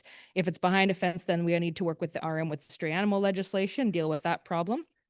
If it's not owned, then they can take some action. And what that looks like is connecting with trappers licensed through our Ministry of Environment, going out into that region, detecting and trapping the entire sounder and eradicating it from that area, which ultimately is our goal. What we want to do is get rid of the animals where they are, get rid of the whole group. We don't want to leave any stragglers behind to go start up new groups in other areas, or even worse yet, disperse them from that area and cause greater problems. So that's where we stand as of today. We do know, as Ryan mentioned, we do have established populations in some regions of the province. Are they as bad as people are saying? No, based on some recent data, particularly an aerial survey we conducted here this past year. It is less of a concern than has been talked about. So I'm very glad to see that. However, it does tell us, you know what? We actually have a good goal here. Let's look towards more eradication. Let's look towards better control and detection of these individuals out in the population, and do a good job of eradicating, so that if we do see ASF, let's put ourselves in the best position possible to be doing this the right way and get back on a good capacity to trade and getting this disease out of Canada if it were to occur. Within that, just a couple stats here. So since 2020, we've removed about nearly 900 feral pigs from the province of Saskatchewan. This past year, we looked at about 145. Average, they're ranging around 120 to 140 pigs a year that they're detecting and removing from the environment. Within that, a couple of things that we've done, Ryan mentioned the CanSpot ASF program. So we do have the nationally run program to work on surveillance for ASF.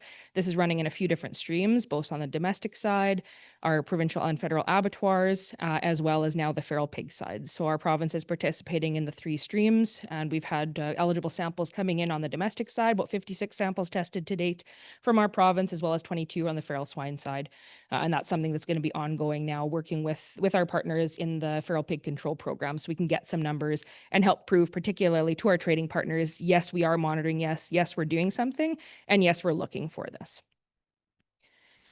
Within the past year as well, a couple of years actually, we was mentioning some, the regional collaboration, coordination. We are working with Animal Health Canada, who is helping to develop some national strategies around feral pig eradication. And our province is a participant in that. A lot of work there around, what are the possible options? What are the tools? What does the research say? and really what is the actual problem. Let's define this. Let's put it on a map. Let's put some information out publicly and actually grow the public's awareness. As Ryan was mentioning, if we don't have awareness of what the concern is here, no kidding, people don't want to report. Challenge for us in Saskatchewan as well. We have a lot of folks that like to hunt wild boar. So we still have enough people that are looking to go out and try and hunt for their own purpose. For our side, that's not going to work. As we know, that's going to disperse those populations more broadly. It's not going to help us achieve that goal of eradication. So that we do need to work on building that public messaging and getting information out there on that purpose. As well within that coordinated response. So Ryan mentioned the cross-border collaboration pieces. We do actively collaborate with our Alberta partners and Manitoba on both of our interprovincial borders, or our intraprovincial borders there, to work on some of these cases that are along the side. So providing information, what are we seeing, supporting a joint approach. We'll see that increasing as we go forward. And I think that does give us a good opportunity again today to think about what does that look like across the US border. I know we had, I believe it was a couple years ago now, possibly some conversations with some of our US colleagues. And again, just a great opportunity to say, you know what, here's the real information. Here's what we're doing. What are you guys doing? How can we support each other? Because ultimately, I think we all have the same goal in the room, right? We need to be able to find animals, eradicate, and keep this population limited so that we're not putting, you know, the entire population in jeopardy. And then, of course, what have we done the last year now that we've had, you know, that bit of guidance from CFIA, and where do we see things going around the ASF space? Now, where does the province play a role? Because we do have the legislation here and we've got the existing program. How is that going to look differently during an ASF outbreak? So for us, we've got a bit of a 4-point plan looking at preventing ASF spread, enhanced surveillance and monitoring, eliminating the spread between populations and communications. So how is it actually going to look in practice? We'll have to see. I'm really looking forward to the exercise, honestly, because a lot of it does come down to, is the public going to report? Are they going to be compliant when I say, hey, don't go into this zone because we don't want to be moving wild pigs around? Can we actually stop hunting in that region during that time frame when we're trying to do something about this? I am quite positive, given our technology, given our aerial surveys, drones, et cetera, we've got what we need to be able to find them. And we've got the trappers that we need to actually get them out of there. We have the CASN approved lab, our Canadian Animal Health Surveillance Network lab, that can do the testing in collaboration with CFIA. What we really need to work on is that public education piece and really prepping people for that component, right? And of course, I'm sure we'll talk about this in other times, but the misinformation, the challenge and the distrust of the public whenever government decides to say something, it's real, right? So having that be the first time, you know, when ASF is here, for me to have to go out and say, hey, here's what we got to do, folks. Am I going to get compliance? I worry about that. So to me, that's something we can work on today and going forward with our industry, with CFIA, with others, on let's help people understand, why are we doing this? What is the point of it? And hopefully get us to a better space if and when this ever was to occur. I think I spoke on a couple of gaps there. There's some logistical gaps, right? Again, connecting with CFIA and where we need to go, connecting with environment, what can they do with their legislation, and just internally making sure that we know how are we going to deal with this, make sure we have the right resourcing, make sure our senior leadership's aware of where we need to upregulate and do the best we can in a collaborative approach. Again, I don't think it's as ugly as we make it out to be. I think we can make it beautiful, but it's just going to take ongoing collaboration and efforts to get there. I think I'll leave it there.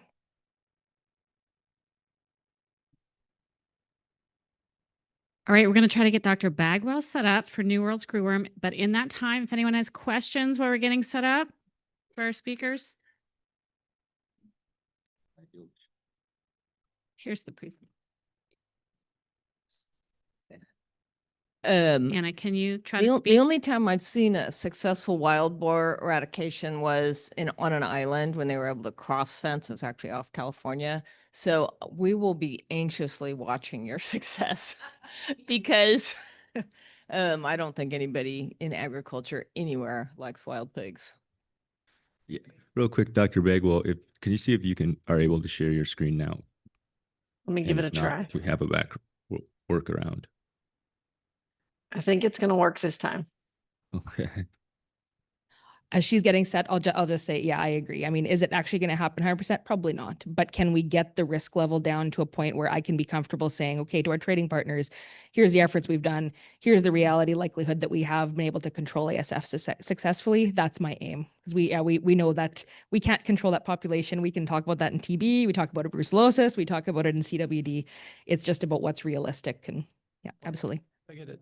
And just, we are a little lucky in the Canadian context, just because we have we've understanding that the pigs are fundamentally different than what we see in the southern US and in other European contexts and other jurisdictions. And what we're trying to explain to the trading partners is the pigs that we do have in these established populations are not acting as though they have agriculture food source availability in southern Texas 330 days a year, right? We have a more defined seasonal cycle where they're limited a little bit in the reproductive capacity. We have more opportunities to hunt when food sources are scarce in the wintertime, and we might be able to get them in the trap a little bit more. And understanding those behaviors and how they do differ from other jurisdictions where wild pigs are present has allowed us to really turn the page on some of this. And that's where we have seen the numbers of estimated number of wild pigs, because they are so evasive, declining in those 3 provinces where they're present. So I think that's why we're even cautiously optimistic of the future. But we're not an island, but we do have lower density, but with much larger range and some other factors we're trying to exploit.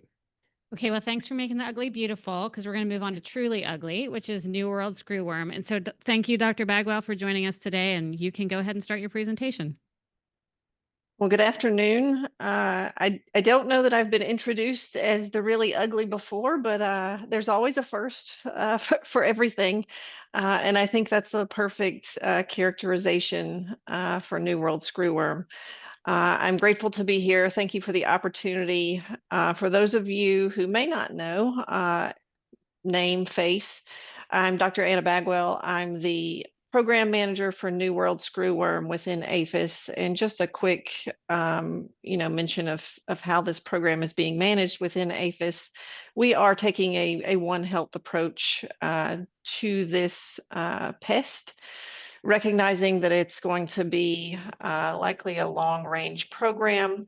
We're better able to collaborate and work cross-effectively across several programs, including veterinary services, international services, plant protection and quarantine, which you'll see later how that fits in the mix, and then also ERCS, which is emergency and regulatory compliance, where I sit. So just a little helpful background. And if anyone has any questions, please feel free, ask, and hopefully there'll be some time at the end as well.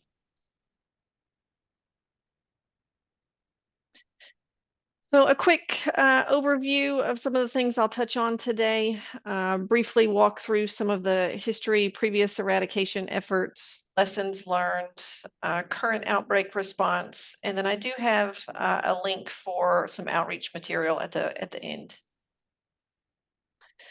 So as we all know, New World screwworm feeds on living tissue, right? That makes it even more of a concern. And living tissue of not just livestock, right? Also pet species, dogs, cats, humans as well. A single female can lay about 200 to 300 eggs at a time. Usually these are laid on the edge of wounds, which is what you see, that little white material that's pictured in that photograph there. Another key component of the life cycle, which is important for sterile insect technique, is that the females typically mate only once in their lifetime. Normally, if I was giving this presentation in person, I would typically ask folks, to raise your hands for those of you who have either experienced treating New World screwworm or remember cases from childhood.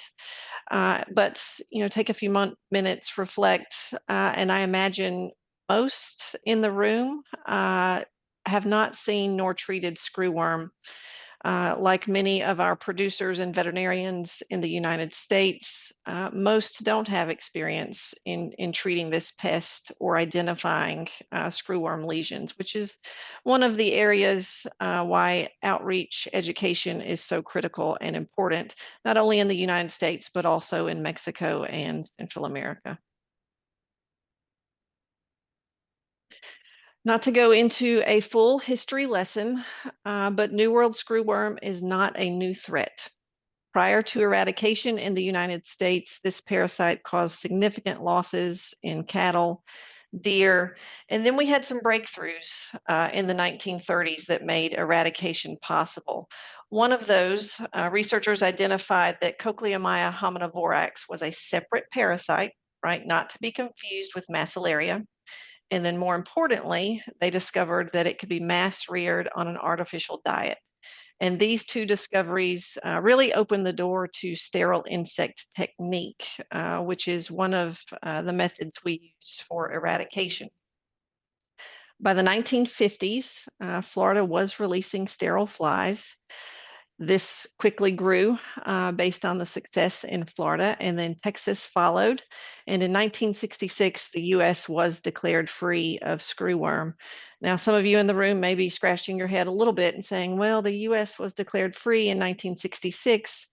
Yes, we still had incursions, reinfestations. In fact, in 1972, there were more than 95,000 cases recorded in the United States. And we realized at that time, unless screwworm was eradicated in Mexico, the US would still be at risk, would still experience incursions. So at that time, Congress authorized an international cooperative effort and established a binational program. And through that program, we were able to push this pest through Mexico and Central America until we reached the Darien Gap, which is that area you see circled. It is a key geographic choke point, if you will, right? This narrow piece of land that is between Panama and Colombia. And this barrier held for over 30 years until 2022, unfortunately, and which we all know. Now the parasite not only breached this barrier, it is also moving north.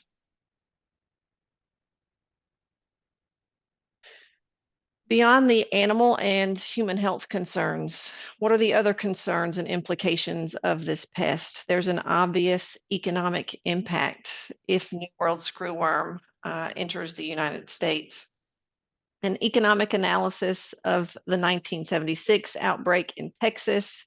If we take those numbers, do a little bit of math, adjust for inflation to 2024 numbers or dollars, rough estimates indicate that if we had a similar size outbreak in Texas, it would cost producers about $730 million per year, and the economy a loss of $1.8 billion.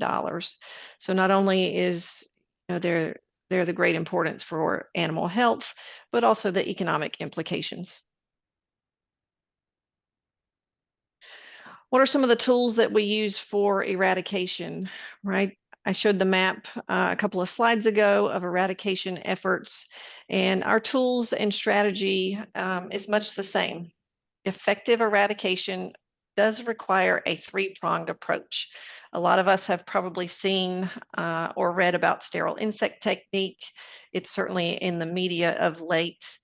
But sterile insect technique isn't successful unless you have the other two legs of the stool, so to speak, right? And if I could rearrange this slide, I would actually put sterile insect technique last and list the other two efforts ahead of sterile insect technique. Robust regulatory movement controls, not just for animals, but also for people as well, right? We live in the day and age where we have animals moving across the globe, people moving across the globe. It's not quite the same scenario we had in the 50s and 60s with regards to travel and movement. Field surveillance, stakeholder engagements, also key, and one of the areas that we work on with our Central American partners, also Mexico, right? Establishing targeted outreach and education materials. We also have several outreach and education materials that are now on our website for domestic veterinarians. We work closely with the CDC as well in getting education and outreach material available for human health care providers. And then sterile insect technique. I think several of us probably know a little bit about sterile insect technique, and I'll go into some more detail about that as well. But screwworms don't fly great distances, right? The flies themselves. They can spread with, again, that animal or people movement. But one of the reasons sterile insect technique is successful is because they don't fly great distances. So we are able to release sterile male flies. I'll caveat that with saying our dispersal efforts currently, we release males and females. There's not an effective way for us to sex the screwworms before we release them. And we anticipate that of the screwworms we release aerially, it's about a 50-50 percentage of male versus female. But going back, those sterile males will mate with a wild female screwworm, and she will then produce unfertilized eggs, and then eventually the population will die off.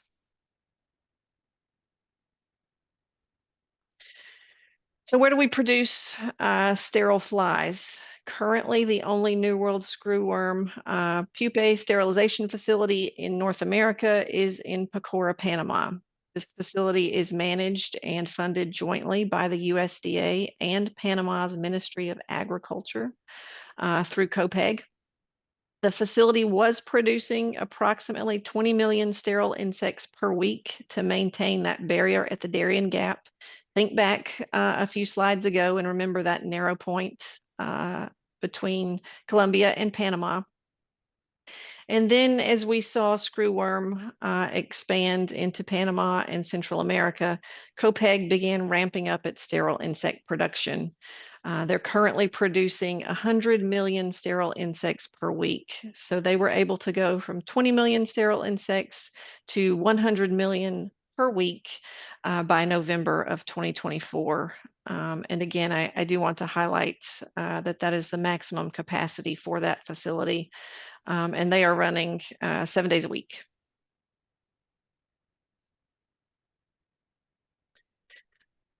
A little bit of a timeline, and I won't walk through all of the dates listed here, but just to kind of refresh and reorient to dates of late. In 2022, as I mentioned, APHIS identified New World screwworm at increasing levels in Panama. Those cases extended into Costa Rica in 2023.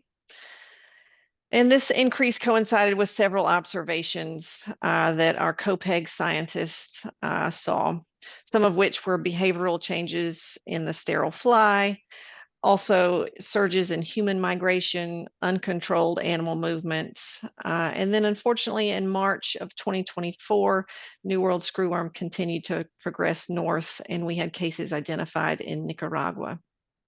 At that point, to try and control the spread, APHIS began dispersing sterile insects in Nicaragua, and we have since shifted all sterile insect dispersal operations to Mexico following that November 2024 detection. We are conducting dispersal operations 7 days per week, and I have a map that shows the area that we're dispersing over. And then, of course, you see our most northern detection that's highlighted at the very top left of the map. That is in Veracruz. And as a result, on July 9th, live animal imports were suspended and are currently still suspended. What are we seeing in Mexico? And I realize these graphs are probably a little bit small, but the graph on the left, the purple, I guess darker purple color, if you will, these are bovine cases simply looking at age. 81% of the cases that we see in Mexico are in cattle. If you look at those cases a little bit closer, they're greatest among cattle that are younger, right? Umbilical lesions. So these cattle that are between 1 week to 1 month of age. And then you see another peak in cattle that are 4 years of age or older. And these cases are typically the result of either some type of trauma or dehorning.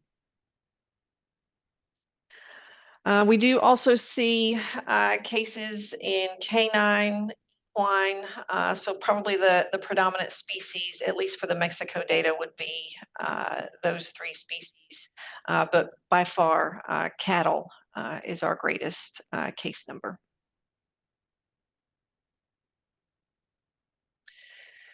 So I realize this map is a little bit busy. So what are you looking at here, right? You see these red dots, these are active cases, and white dots. The white dots are inactive cases, right? These are cases that did have screwworm at one point in time. They're now inactive and simply historical cases.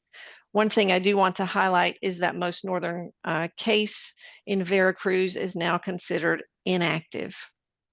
This green area, that is our aerial dispersal area. So that's where we are dispersing sterile screwworm flies 7 days a week. Case numbers. As of July 20th, Mexico is reporting about 3,700 total detections, right? So that's both active and inactive cases. And we do expect that this total case number will increase, right? Because it's cumulative. We're also seeing an increase in the number of active detections, but that's also not unexpected, right? As Mexico increases their surveillance activities in the area. The most northern detection, again, that inactive case, was detected in Veracruz, about 370 miles from the US border. And that case, again, detected suspension of live cattle, horse, and bison imports. We are continuing to work closely with Mexico to support containment. At the time this Veracruz case was identified, we were not conducting aerial dispersal over that area. We were quickly able to work with Mexico and pivot and make operational adjustments so that, as you can see on this map, we are conducting aerial dispersal operations over that historical case. We also conducted site visits in June to look at Mexico's capacity, surveillance, offer our technical guidance, and we've committed to routine follow-up visits and continue our engagement with Mexico or Seneca.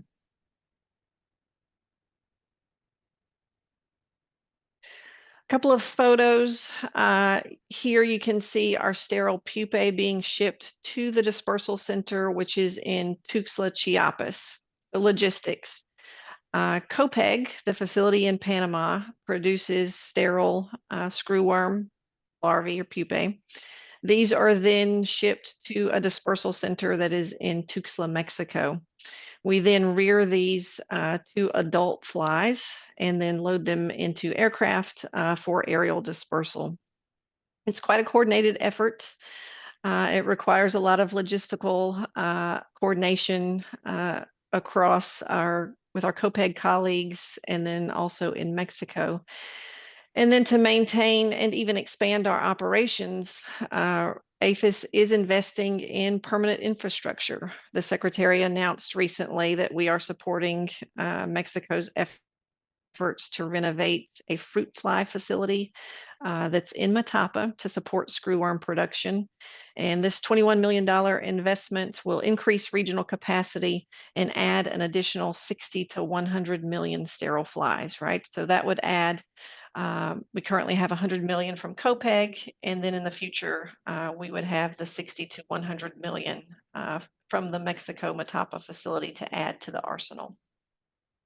I also want to point out that because of geography, our aircraft do need to refuel during flights.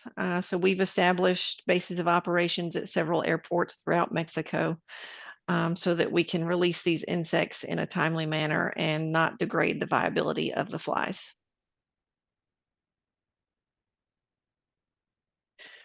Our eradication strategy, the Secretary announced her 5-pronged approach towards eradication, and our goal is to stop this pest and to push it back to the Darien Gap. Remember that little narrow point on the map.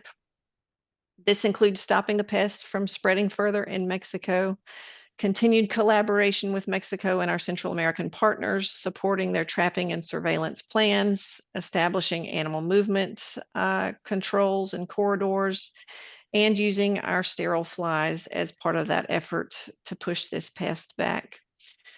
We're also being prepared, right? We're working actively to protect our border. We have the cattle tick riders who are patrolling the border. We are training staff. We're working with our state and local partners to maximize readiness. And we're also working with the FDA and the EPA to ensure that we have products to treat should the need arise. What you see in the photograph here is more airbase. If you look just a little bit off to the center, the site for our dispersal facility. This facility is underway. We are working to renovate this warehouse, and it will be able to disperse up to 100 million flies should we need to disperse flies along our border. So how would that work? We would essentially take the pupae from Copeg from Panama and fly them to Moore Air Base. And then much like we do at our Tuxtla facility, we would use the Moore Air Base facility for dispersal, right? So we would emerge those flies to adults and then load them onto aircraft for aerial dispersal from that location. Part of our strategy is also evaluating the possibility of a production facility, a facility that could produce sterile screwworms, similar to our Copeg facility here in the United States. And part of that strategy also includes looking at new technology, whether that be technology for production, such as E-beam or X-ray for sterilization, but also improved traps and lures. I mentioned some of our education and outreach material. So if you haven't had an opportunity to go on our website, I do recommend go take a look. There is a QR code there. We have several outreach materials available online. Veterinary Services is working hard to update this material and recently updated the Green Book, and they're working to update the playbook as well. And then there's some additional resources and up-to-date maps for reference. And with that, I'm sure there are questions. So I'm happy to take some questions if anyone has any. Does anybody have any questions for Dr. Bagwell?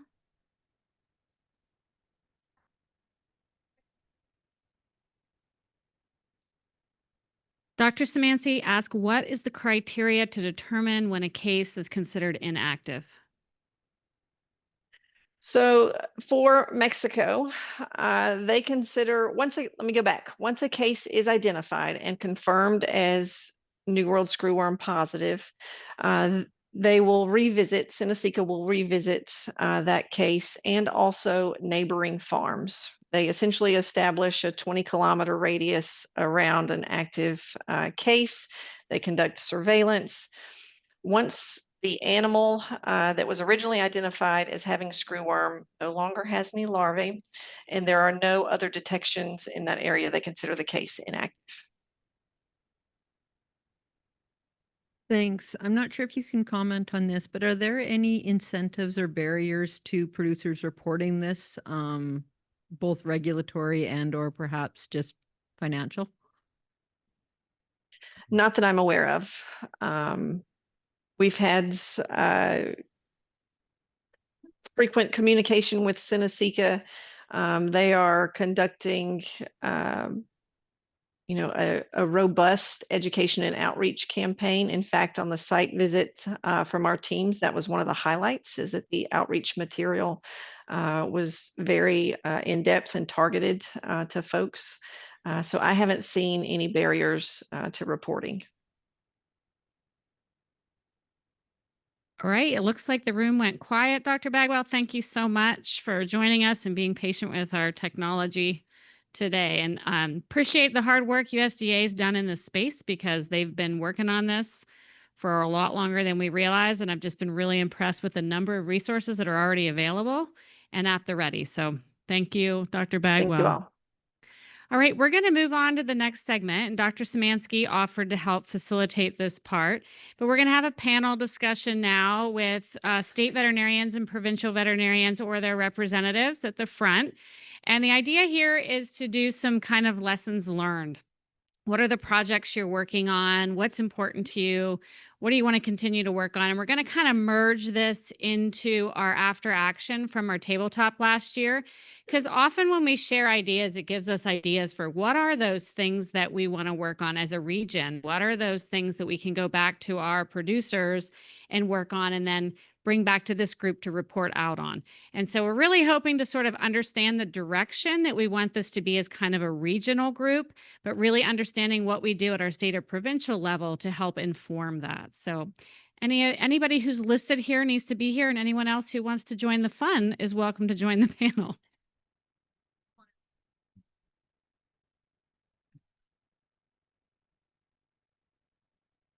I feel like I may have gotten the wrong template, Tony. I think I gave the wrong template, so you're in luck. It'll be good. So I think, Amber, we want to take about a half hour, right? Is that the goal? So we thought we would just maybe go down the line and we'll just pass the microphone down if each individual wanted to take maybe 3 to 5 minutes to talk about some things that they've been working on within your respective jurisdiction, some highs, and maybe some key takeaways from each of those. And do you want to start? Okay. You picked the wrong seat. I'm Dolores Peters. I represent Alberta. Our chief provincial vet couldn't be here today, but I did put him to work, making sure that we could answer this.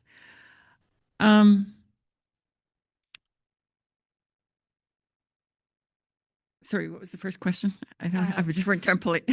Like, what have you been working on in Alberta over the last 12 months? Disease response, projects independent of a specific disease response, what's working, what's not working, what are things that I think we maybe are worth sharing with other folks on the panel and then the folks here in the room with us. So wild boar, we're working on continuing trapping sounders and working closely with the Alberta pork industry on education. I think one of our big focuses is moving away from ASF risk to the general problems that wild boar cause for agriculture. There are certain counties where I'm afraid to drive at night now that I know that their eyes don't reflect, and that would be serious. So just from the producers. Well, no, not from the producers. Just if I'm so used to deer, right? You see the reflection and you slow down in the dusk, but apparently wild boar eyes don't reflect. We are working well with industry. And so the other thing I think one of the things I keep running into is economies of scale not intersecting well with biosecurity. So how do you, when you build your 5th and 6th layer barn, do you actually want all those eggs in the same cooler? Because if one barn breaks and involves the eggs, is that all your production? So if you're a dairy farmer and you're moving to group housing for your dairy calves for socialization and welfare reasons, how do you build a break in that so you can disinfect that calf room and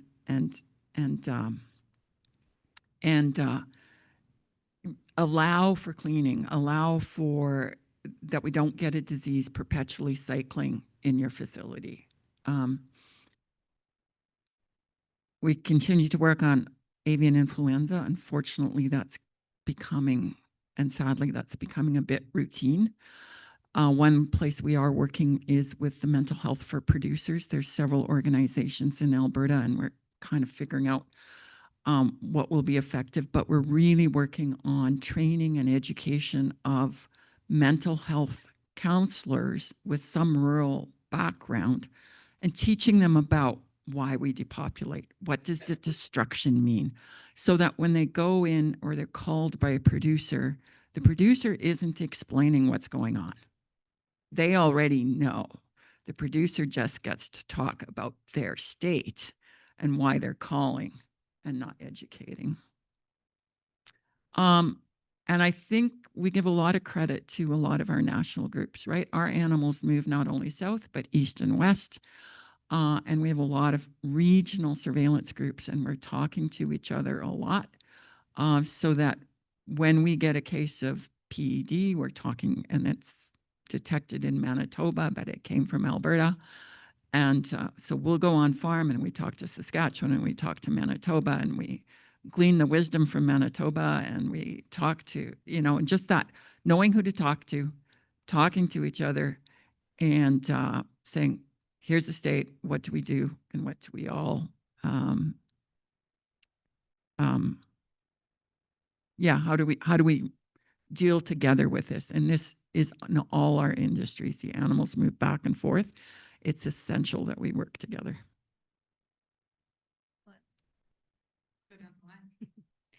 Sure. In the interest of time, I'll probably share the two key ones that I think people in the room may care about. And then if there's time, I want to bring Dr. Rosengren up for her thoughts as well before I pass the mic. So chronic wasting disease is probably one of the key pieces that we are working on right now. This is a joint collaboration. We oversee the game farm sector.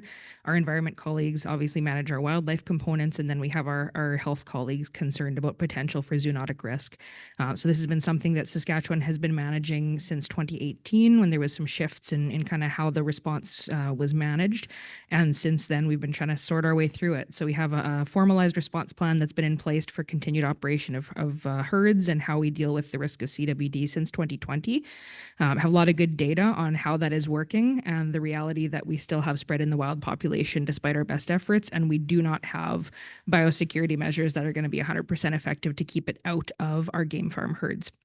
So the challenge with that really has been kind of in the same line as we talked about today. Producer compliance is tough, and producer understanding of why they have to bear the burden of disease response activities when they cannot keep this disease out of their herds. And I think that's again similar to a lot of things we've been talking about.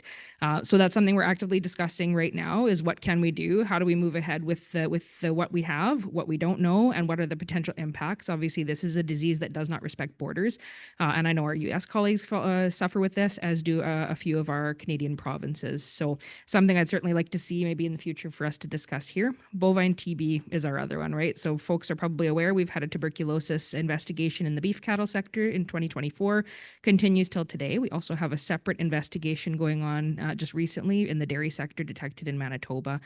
What is going well? I think there's good and challenging parts to it. What's going well, really, I think to me, is that this is a good opportunity to learn how do we get everybody from industry, provincial, and federal government engaged and working in the room together. There have been some great ways that that's worked. There have been some challenges. So I think we need to work on improving that. What has been good, we've been seeing wildlife surveillance starting to step up to the plate and help us to gather data that we don't currently have. However, I think there's room for improvement. There's more that we can be doing there to really solidify the gaps and give us the knowledge we need. Again, another challenge and a win: compensation piece. If we don't have producers effectively compensated for the impact of disease, it's back to what was talked about previously about a few people bearing the burden of disease control for the entire country. So there have been some great changes federally through CFIA for compensation, but I think there's more that we need to do.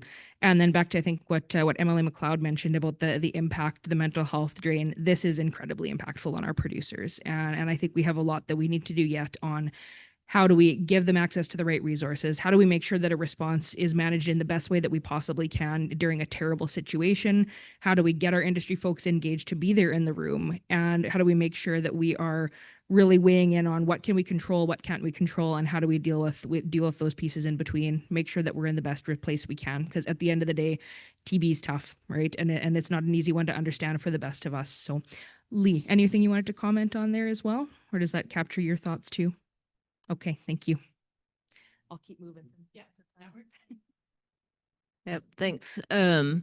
So in California, we actually we're pretty well resourced. I have about 250 people that work for me, maybe 30 veterinarians, and we're state, not the federal government. So we do pretty well on resources. We have a lot of experience. We thought we were ready for, we've been working on the secure food supply for decades. We thought, we pushed for vaccine for dairy cattle. So we thought we were pretty good at what we do. This past outbreak of high path AI taught me in particular, and well, pretty much everybody, a really important lesson. We're going to be in trouble when we get foot and mouth disease, people. And it's probably a matter of time, not when. So I think the whole vaccinate to live is something we need to embrace if we get foot and mouth disease in our dairy cows, and we need to get over these trade things and learn that you can, products can be treated to prevent the spread of disease. Meat, we might have some more issues on, but Canada is our most important trading partner with Mexico right there with them. So if we could at least figure it out for North America, we'll be in way better shape. But we're going to have to vaccinate to live, and we need those needles out and ready and to get put in cows and sheep and pigs and goats pretty quickly, because these viruses move fast. And if you're not able to stomp it out, and I guarantee you, we will not be able to stomp out foot and mouth disease in California. The animals move too fast. We've done modeling after modeling after modeling. This is not a surprise. It is not new news.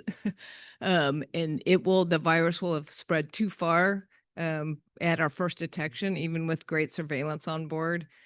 So we need to be ready to vaccinate. The second comment is testing. This whole high-path AI thing was completely crazy and done backwards. And if I could do it again, I would have done two things differently.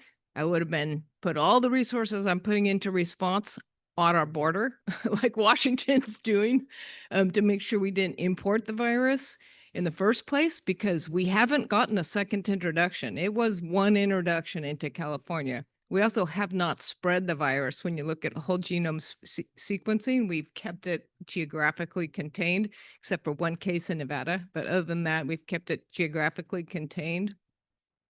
So I would have put money there, and I would have tested sooner. I think I was afraid to get out ahead of the other states and ahead of California, because I wasn't sure what the consequence of testing was. It takes a lot of effort to make sure that your information is correct when you're doing regulatory testing. Regulatory testing isn't prevalence testing. You're going to take action when you find disease. So you need to legally know that that sample came from that location and it was, some kind of a chain of custody. So it took a lot of work for us to get our entire dairy herd tested, a lot longer than I thought it would. We were way behind the disease by the time we had every dairy on surveillance. So I probably would have put a little more effort on checking cows coming in, and then I would have put a little more effort on getting that surveillance in place.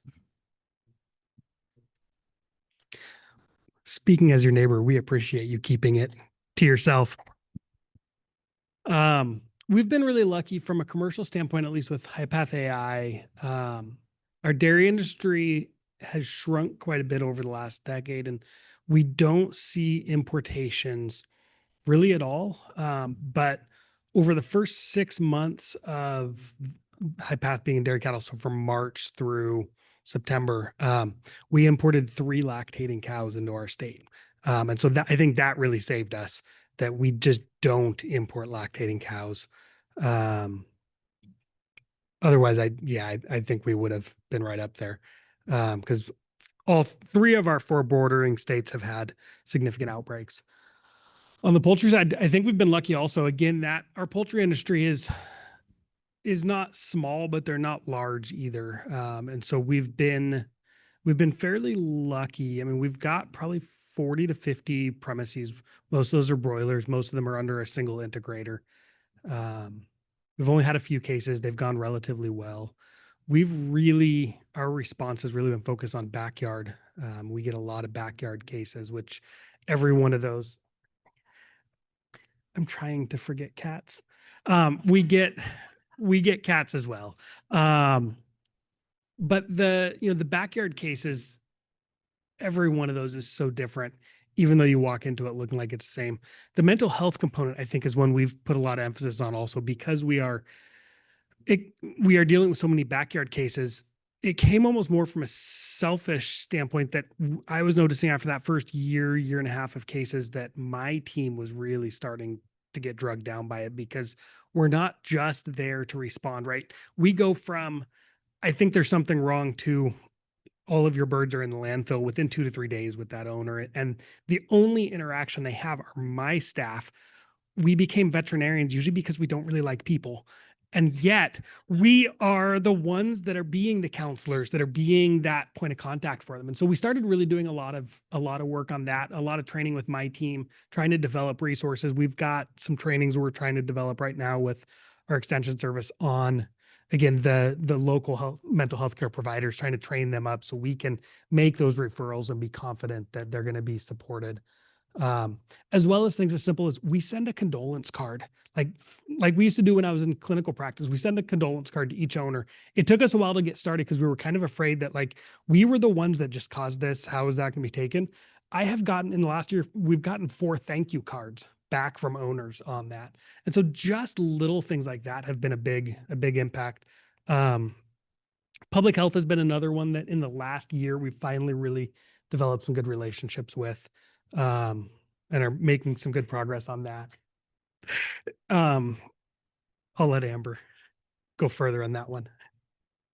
On the feral pigs, I know Annette probably won't believe me, but we actually have eradicated feral pigs in Oregon. We didn't have pigs anything like most other states did. We had 3 isolated populations, and we haven't had any new detections in 3 years. What we did learn though on that is we were about a week from declaring freedom, and we found 1 boar. This was about 3 years ago. And what we realized is if we had made it to that declaration, we would have lost all funding for feral pigs. And so we kind of made the decision, we're just going to let everyone continue believing that we have feral pigs.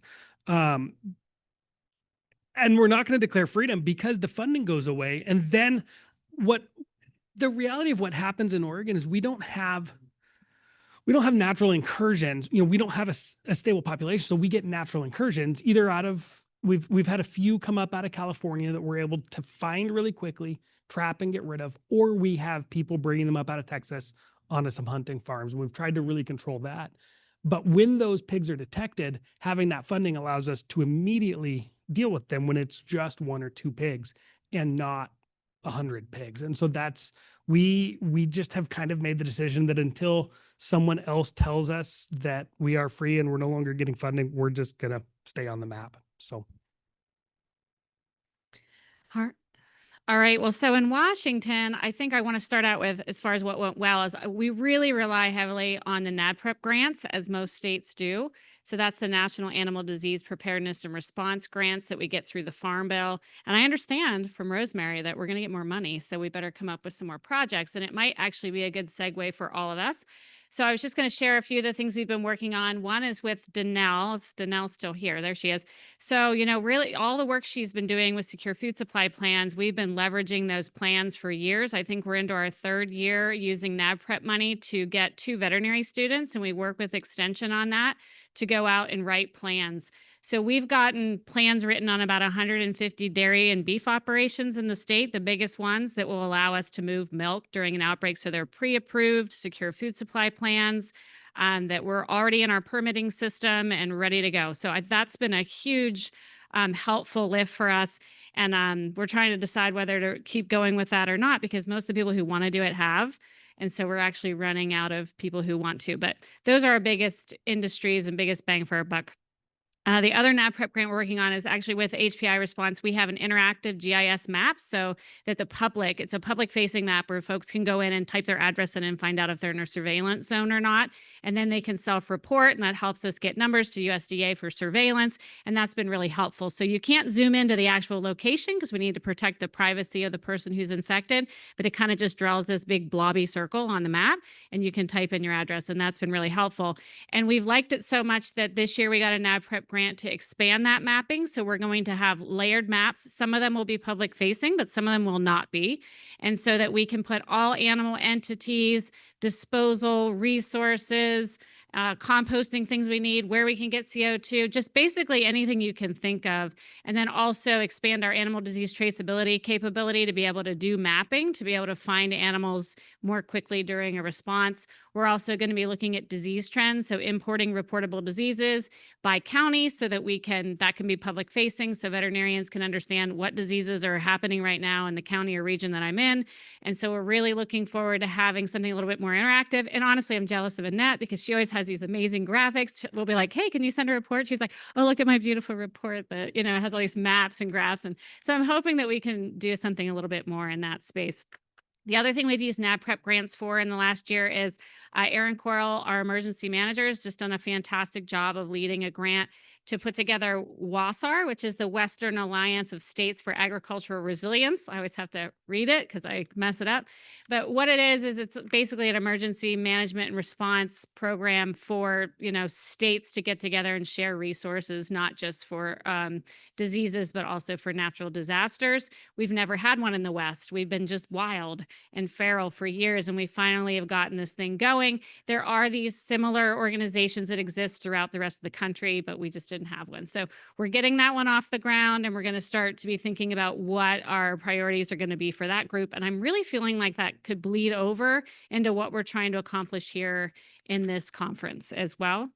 As far as issues we encountered, we're similar, mostly backyard flocks, 52 backyard flocks, 1 commercial flock that's being reinfected 3 times. So trying to build those quick relationships with folks has been hard. Also, we don't allow for people, I know California allows them to kind of stay in place and do their thing, but we don't in our state. It's a slippery slope to, when do you allow backyard flocks to stay and just die off? What are the welfare implications? How do we treat people fairly? That's been really challenging. The other challenging thing for us this year has been the wild felid sanctuary that became infected with contaminated meat, we think. We were never really able to find the source, but we do know from sequencing data, I mean, we lost 22 cats, wild cats, different species in one sanctuary. It was right around Thanksgiving time after all the turkeys had been disposed of, and it was linked to turkey in Minnesota. So likely frozen turkey that had been recalled, but didn't quite get recalled and somehow ended up in this facility where they usually take, waste meat products. So that was unfortunate. That created a lot of problems with our public health department, who felt like the entire county was at risk of HPAI. So it just started sort of this rollout of a lot of challenging situations working with Department of Health and expectations about communication to the public. So that was hard, and also protecting privacy. So very challenging. We also had some big challenges with, as you saw, we had 9 positive humans in Washington State from a commercial facility where PPE noncompliance was a problem. The concern with that is we learned after doing the whole genomic sequencing that actually infection and positive are 2 different things. But our Department of Health and CDC don't really define things the same way we do. So we learned that the way that we talk about terms aren't always equivalent. And so we learned that all of those cases were likely environmental contamination and how the Department of Health took those samples and not true infection. But it doesn't matter because on the map, it looks like we've got a lot of people that got sick. So we're working with LNI right now and Department of Health on a line, what do we call it? Lanes of effort project, understanding who has what authority, what PPE is required. LNI would really like to see everyone, including all dairy workers and poultry workers, wearing full PAPRs, which we don't think is realistic. So we're continuing to work, and that's been a real challenge, but something that's important. As far as something we would do again, we learned from California and some of the other states the importance of doing cross-sector meetings. So we started that about a year ago, where we have quarterly meetings with our poultry and dairy industry. And what was really neat about that is we're trying to build relationships among them. We're all producers. We're all trying to do something. And what was great about that is, as a result, our dairy industry said, you know what, we want to be good partners to the poultry industry. We have a couple dairies around this commercial facility. We don't know if it was us that gave it to them. So they did some voluntary testing in the surveillance zone, and that was the kind of the springboard to our entire state program. We still haven't had to mandate it. It's 100% industry-led and run surveillance program that has met the needs of USDA. And that was all about collaboration and building relationships and accountability to each other in that industry. So I really appreciate that. I'm going to stop there, but I do want to make sure that when we get into the next section, because I know, Tani, you still need to report out, is that we give an opportunity as well for industry. So if you have any updates that you want to give as well, I'd love to hear what you've been working on this year and how we can use what you've learned to inform our work. Back to Tani. I'll try and be brief. I just have a couple items maybe to hit on from Montana. We have been minimally impacted by HPAI. Our industries tend to be really siloed. None of them are in close proximity to each other, so we don't have a lot of concerns about lateral spread. One of the interesting things that we do have, however, is that our swine industry, our poultry industry, and our dairy industry are almost always concentrated on the same premises. We have Hutterite colonies in Montana, and most of those have all three species present at any time. And so we have tried to do a lot of work with our colonies about education about the risk between kind of the triangulation of those three species and HPAI. And my public health victory for 2024 was we did have a dairy in Montana that started showing some clinical signs that could be consistent with HPAI. And so worked with them to get milk samples off to the diagnostic lab. And I was having a conversation with the dairy boss about, hey, this is, one of the big concerns here is the zoonotic capability. And I know that the colony, all the colonies consume raw milk. And so can we talk about that? And he's like, you don't have to worry. He's like, I've already talked to the secretary. They're headed to town. They're going to buy several gallons of milk until we get answers back. And I was like, oh, thank you for taking this serious. And so that was really the driver for how we managed to get our milk surveillance program done in Montana, was just really the human health concerns and then the protection of those poultry barns that were on those premises. Hopping back over to brucellosis, several years ago, there was a brucellosis work group that was comprised of state and federal wildlife and livestock officials that from the 3 GYA states that would get together periodically and present kind of research that was happening when CWD kind of took over on the wildlife side, and then COVID squelched our ability to gather. That program tapered off. And so we are working on kind of a rejuvenation of that group. And we had our first meeting. There was 42 individuals that got on the call, and we're hoping to do an in-person. But the goal of the rejuvenation is to be like, what have we learned over the last 10 years of administering brucellosis on the landscape? Are there things that we can use to apply to our management decisions, to our regulations, to kind of tweak the program to give some relief or make it more cost effective? Or can we come up with a list of these are the research needs that we think are really important? So if there are people in the sphere that are going to do research, that it's maybe high value or high return research. The other thing that I'll say is on the back end of COVID, I think we all kind of rethought about how we do euthanasia of pigs and some other species. And so we have a lot of conversations about depopulation. And one of the things, this is a small thing, but one of the things that we've encountered in Montana over the last 12 months is we've had 2 pig wrecks, 2 truck wrecks that have been pigs. Our industry has largely gone to ISOWEAN facilities. And so what are shipping are trailers full of 20-pound piglets that are headed to the Midwest to grow. And when you have, we've decided to go with captive bolt as one of our primary methods. It seems like whenever these trucks overturn, there's not a captive bolt anywhere in proximity to them. And so trying to get a captive bolt there. And it's been this really challenging conversation of how to euthanize animals on the side of the road that are only 20 pounds. And so there's some kind of challenges that we're working through there, but it really makes us think about what are the types of animals that are on our roads, and where on the corridor from Canada down to the slaughter facilities in Utah and California, it's usually finished animals, finished pigs, finished cattle. We do now have a very different population moving from our swine industry. And so that's, I think, something that we can contend with. And then the last one I'll say before we maybe move into the next segment is we are in the middle of a NADPREP grant, and we're working on what a stop movement would look like in Montana to try and account for kind of all of the diversity in our industry.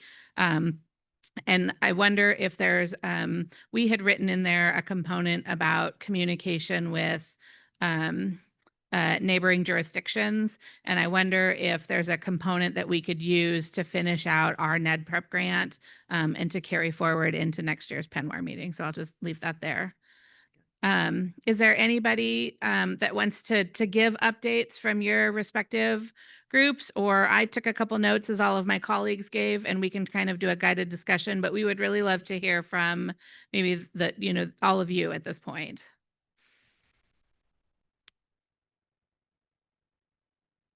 Don't all jump at once.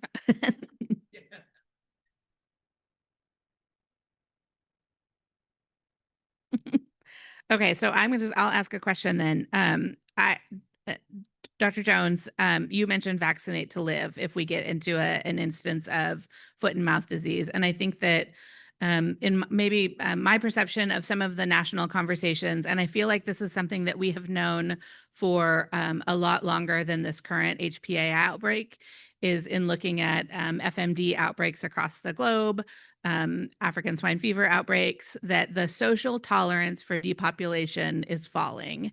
And yet it still remains one of the tools that we reach for. And even now, 3 years into this outbreak, like there's some point that maybe we can't get rid of it fully, but maybe we can do it less. And I think foot and mouth disease would certainly be one of those examples. How do we start having those conversations? Or does anybody have any thoughts on that? Does everybody know what vaccinate to live is?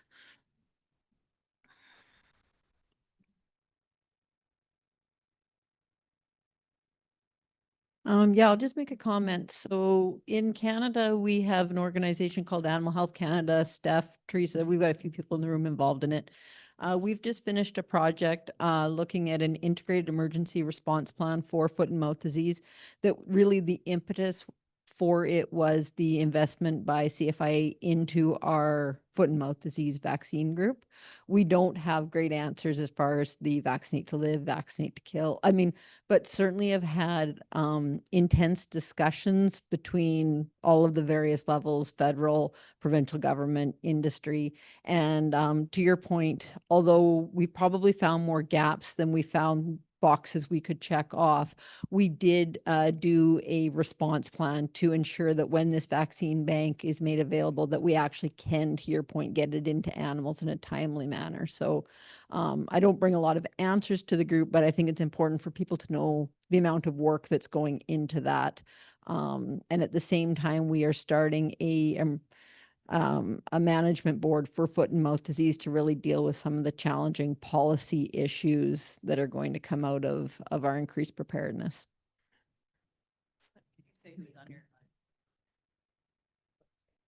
Yeah, so our advisory board, oh boy, we are good at acronyms in Canada. So we have the FADEMB, which is the foreign animal disease one, and then we've got pillars under that, one for FMD, one for ASF, and another one for high path AI. What we found actually is we probably need one that's much more cross-cutting. But on that advisory board, we have all of the industry players you would think, pork, beef, dairy, etc. We have both Ag Canada, AAFC, and CFIA are there for the federal. We have our CCVO representatives, and I'm sure I'm missing some, but I think that's the bulk. Stephanie, Teresa, can you help me out if I'm... So yeah, CMC, which is our processors, and the dairy producers are there, yes. The auction representatives are not at this point, although they may be somebody we need to bring in. And we really do think that executive management board will drive some of those policy things, but there will be an immense, overwhelming number of working groups under it. And we will build on those same pillars that ASF has used and sort of model on that. So a massive lift coming forward from Canada, I think, to try and improve our preparedness.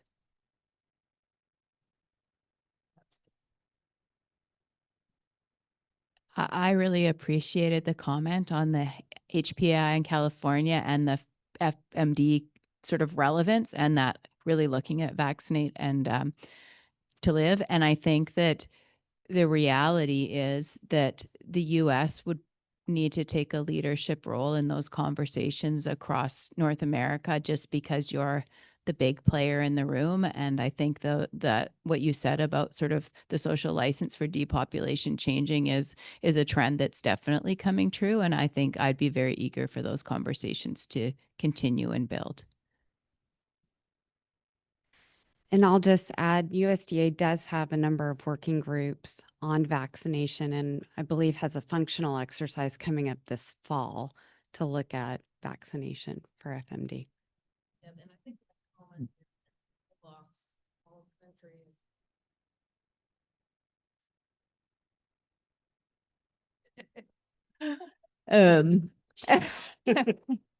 Technology.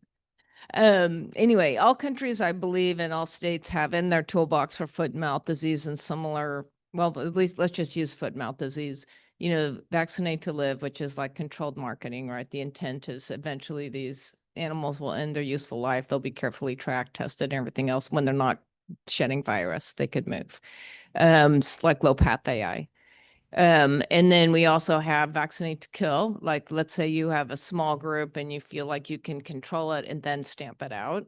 And then we also have a stamping out. So if we were lucky enough to find foot and mouth disease in some remote area of Modoc County and we caught it right away and it was in something that doesn't move, we would use stamping out, and we probably do have the social license in that point, but we do not have the social license to use it. And the sobering reality of last winter in California was we've been talking and talking and prepping and prepping and prepping, but the reality of dealing with the virus, all of that preparation helps, but a lot of it does go out the window. So it definitely helps because you can make disease faster.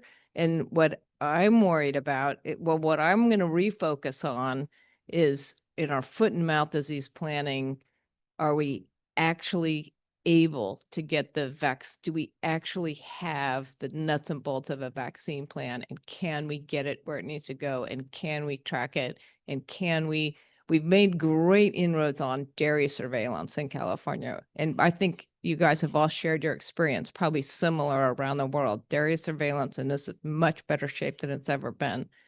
But you have to include, if you're going to vaccinate, you got to include surveillance. So, you know, where are we nuts and bolts wise? Like, is the data correct in your system so that you can implement it on other species too?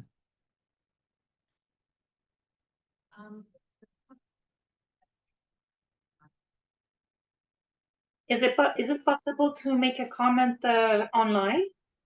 We can hear you.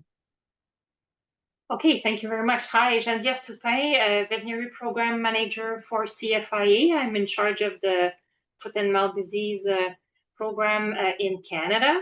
So about vaccination to live, I just want to make sure that we don't go to a slippery slope here, because vaccinating to live, if the animal get infected by the wild strain that is circulating, they still all need to go through stamping out. So only animals that would be vaccinated using a strategy of vaccination to live, those would not be infected in the first place.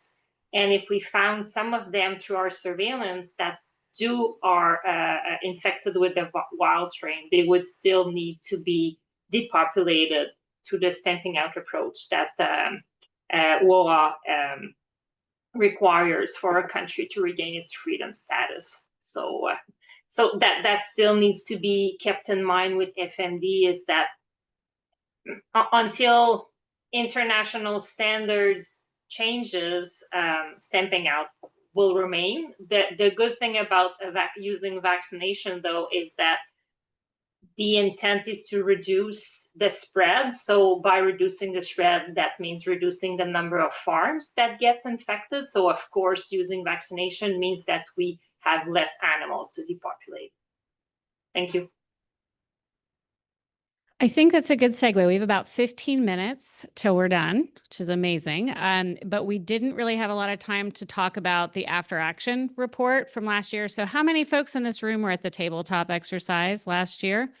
Okay, so quite a few, but it's about half and half. And so Erin Coyle put together a huge slide deck. So what I'm going to encourage her to do is host a virtual meeting with anybody who's interested in kind of carrying on understanding more of the nitty gritty of the after action, because it's quite a long presentation. But I think at the end of the day, we all kind of know what we were going to get out of it. And that was just kind of networking and building collaborative relationships.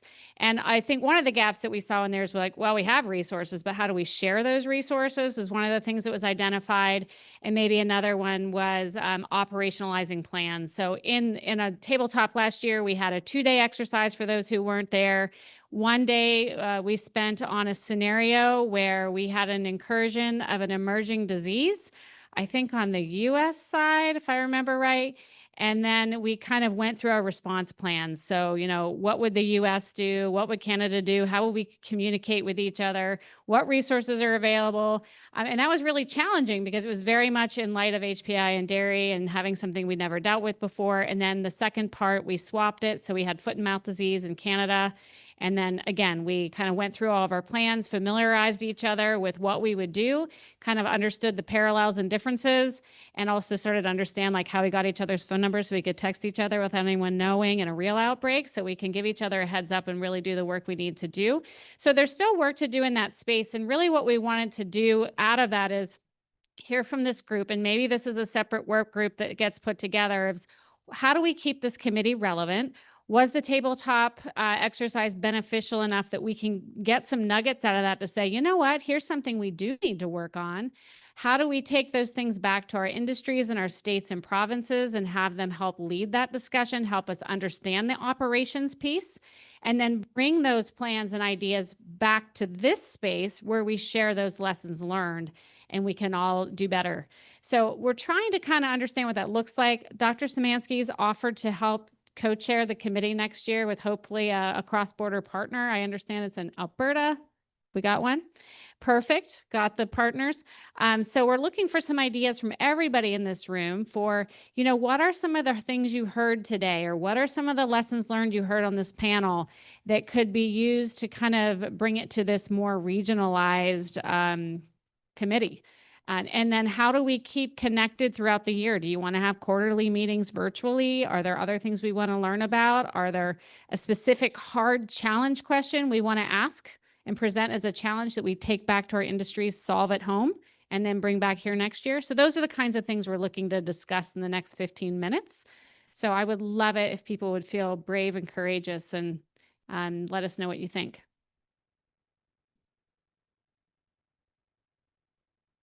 The exercise last year? You were at that. I was. Oh, sure.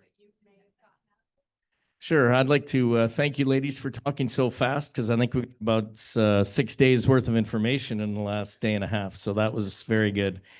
I think that what I got out of even today more versus a year ago was the, high path really, got you thinking about FMD more and these zones, and maybe the possibility of getting trade back, with other countries, because, what's going on both sides of the border. I think the number is that if they discover FMD on a truck or at a place that was in Alberta, in about 12 hours, that same truck could be in Texas, and before anybody knows what's going on or anything. So I think the integration that we see in the beef industry is going to be with disease as well. But thank you for all the work that USDA and CFIA does, and us as producers appreciate it very, very much. So thanks.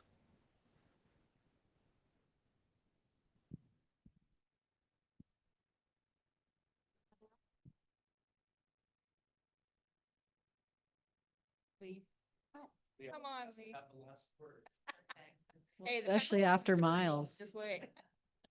I guess I'd like to invite you, Amber, to follow up on that idea of quarterly calls. I do think that what happens with this group is we do this massive annual information dump, and then we're not quite sure what to do with it. And I wonder if quarterly calls that in particular involved our regulatory vets, our state vets, our provincial CCVOs, and those of us who maybe can be invited to be flies on the wall, but it would drive that really topical, what's happening that's potentially impacting that cross-border trade. And I think it would really drive a very functional agenda at that annual meeting. So I would invite that. I think we also need to think with this group, how to make sure we're having conversation that the elected officials in the room can take something home and really have some pieces to look at moving forward, whether it's through guidance or policy or whatnot. And I think this group, we're awesome at technical. I think we're sometimes missing that piece, and I think we need to ask them how we get more value, how we ensure that they're getting value out of these sessions.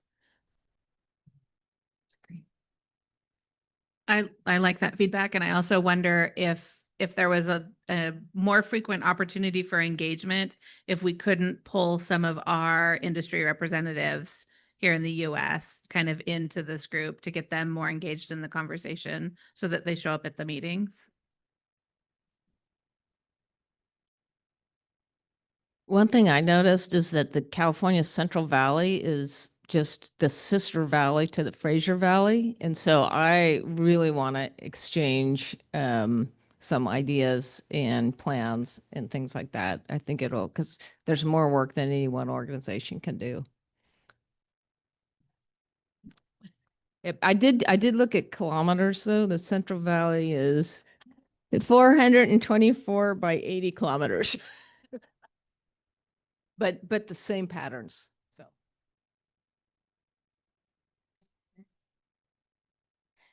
I'll just before I turn back to Tanya, I'll echo what Lee said. I think that is the key for me. I think we've shared great technical information. The tabletop last time gotten a lot of technical, but this is a key point to talk to legislators, right? This is our chance to talk about policy and talk about sticky issues that we don't want to talk about in other circles. But I think there has been enough trust built here over the years.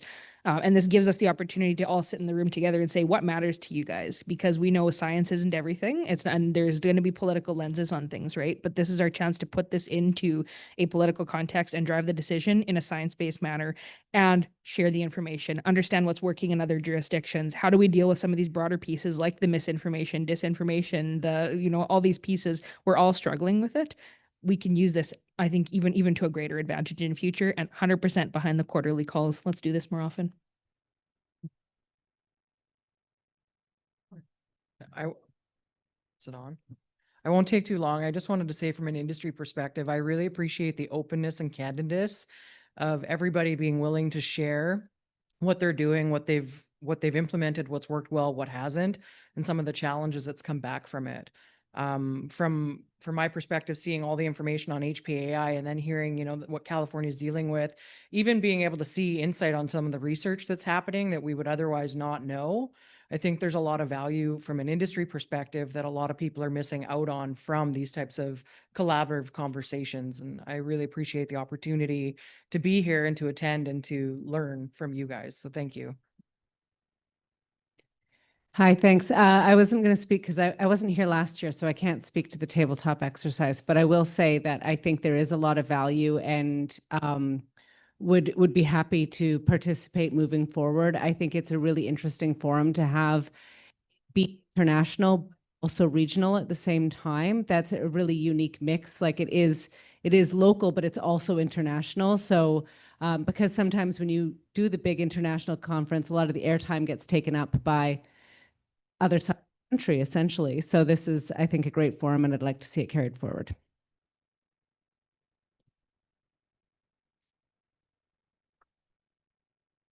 So I think, I think we can kind of close it out, and maybe with the plan of putting a meeting on the books, I don't know, October-ish would be a good maybe quarterly segue to start. And looking forward to next year of maybe trying to translate some of the things that we've learned over the last couple of years and look to a conversation of where that applies to foot and mouth disease. I think that this is, I think one of the things that I think has been really beautiful about this meeting has been how many people have mentioned the mental health component of these responses, the fatigue, the impacts to the producer, the impacts to the responders. I think that's really cool. In the state of Montana, during our legislative session this year, they passed a bill that has created a fund that can help offset the cost of seeking mental health care for veterinarians in our state. And so I think that going forward with some of those mental health conversations and what resources and tools are out there, you know, on the policy side of things, I don't know what the conversations are in Canada, but I know that there's a whole list of states in the US that have seen regulations centered around the use of RNA vaccines and whether or not we should be allowed to use them.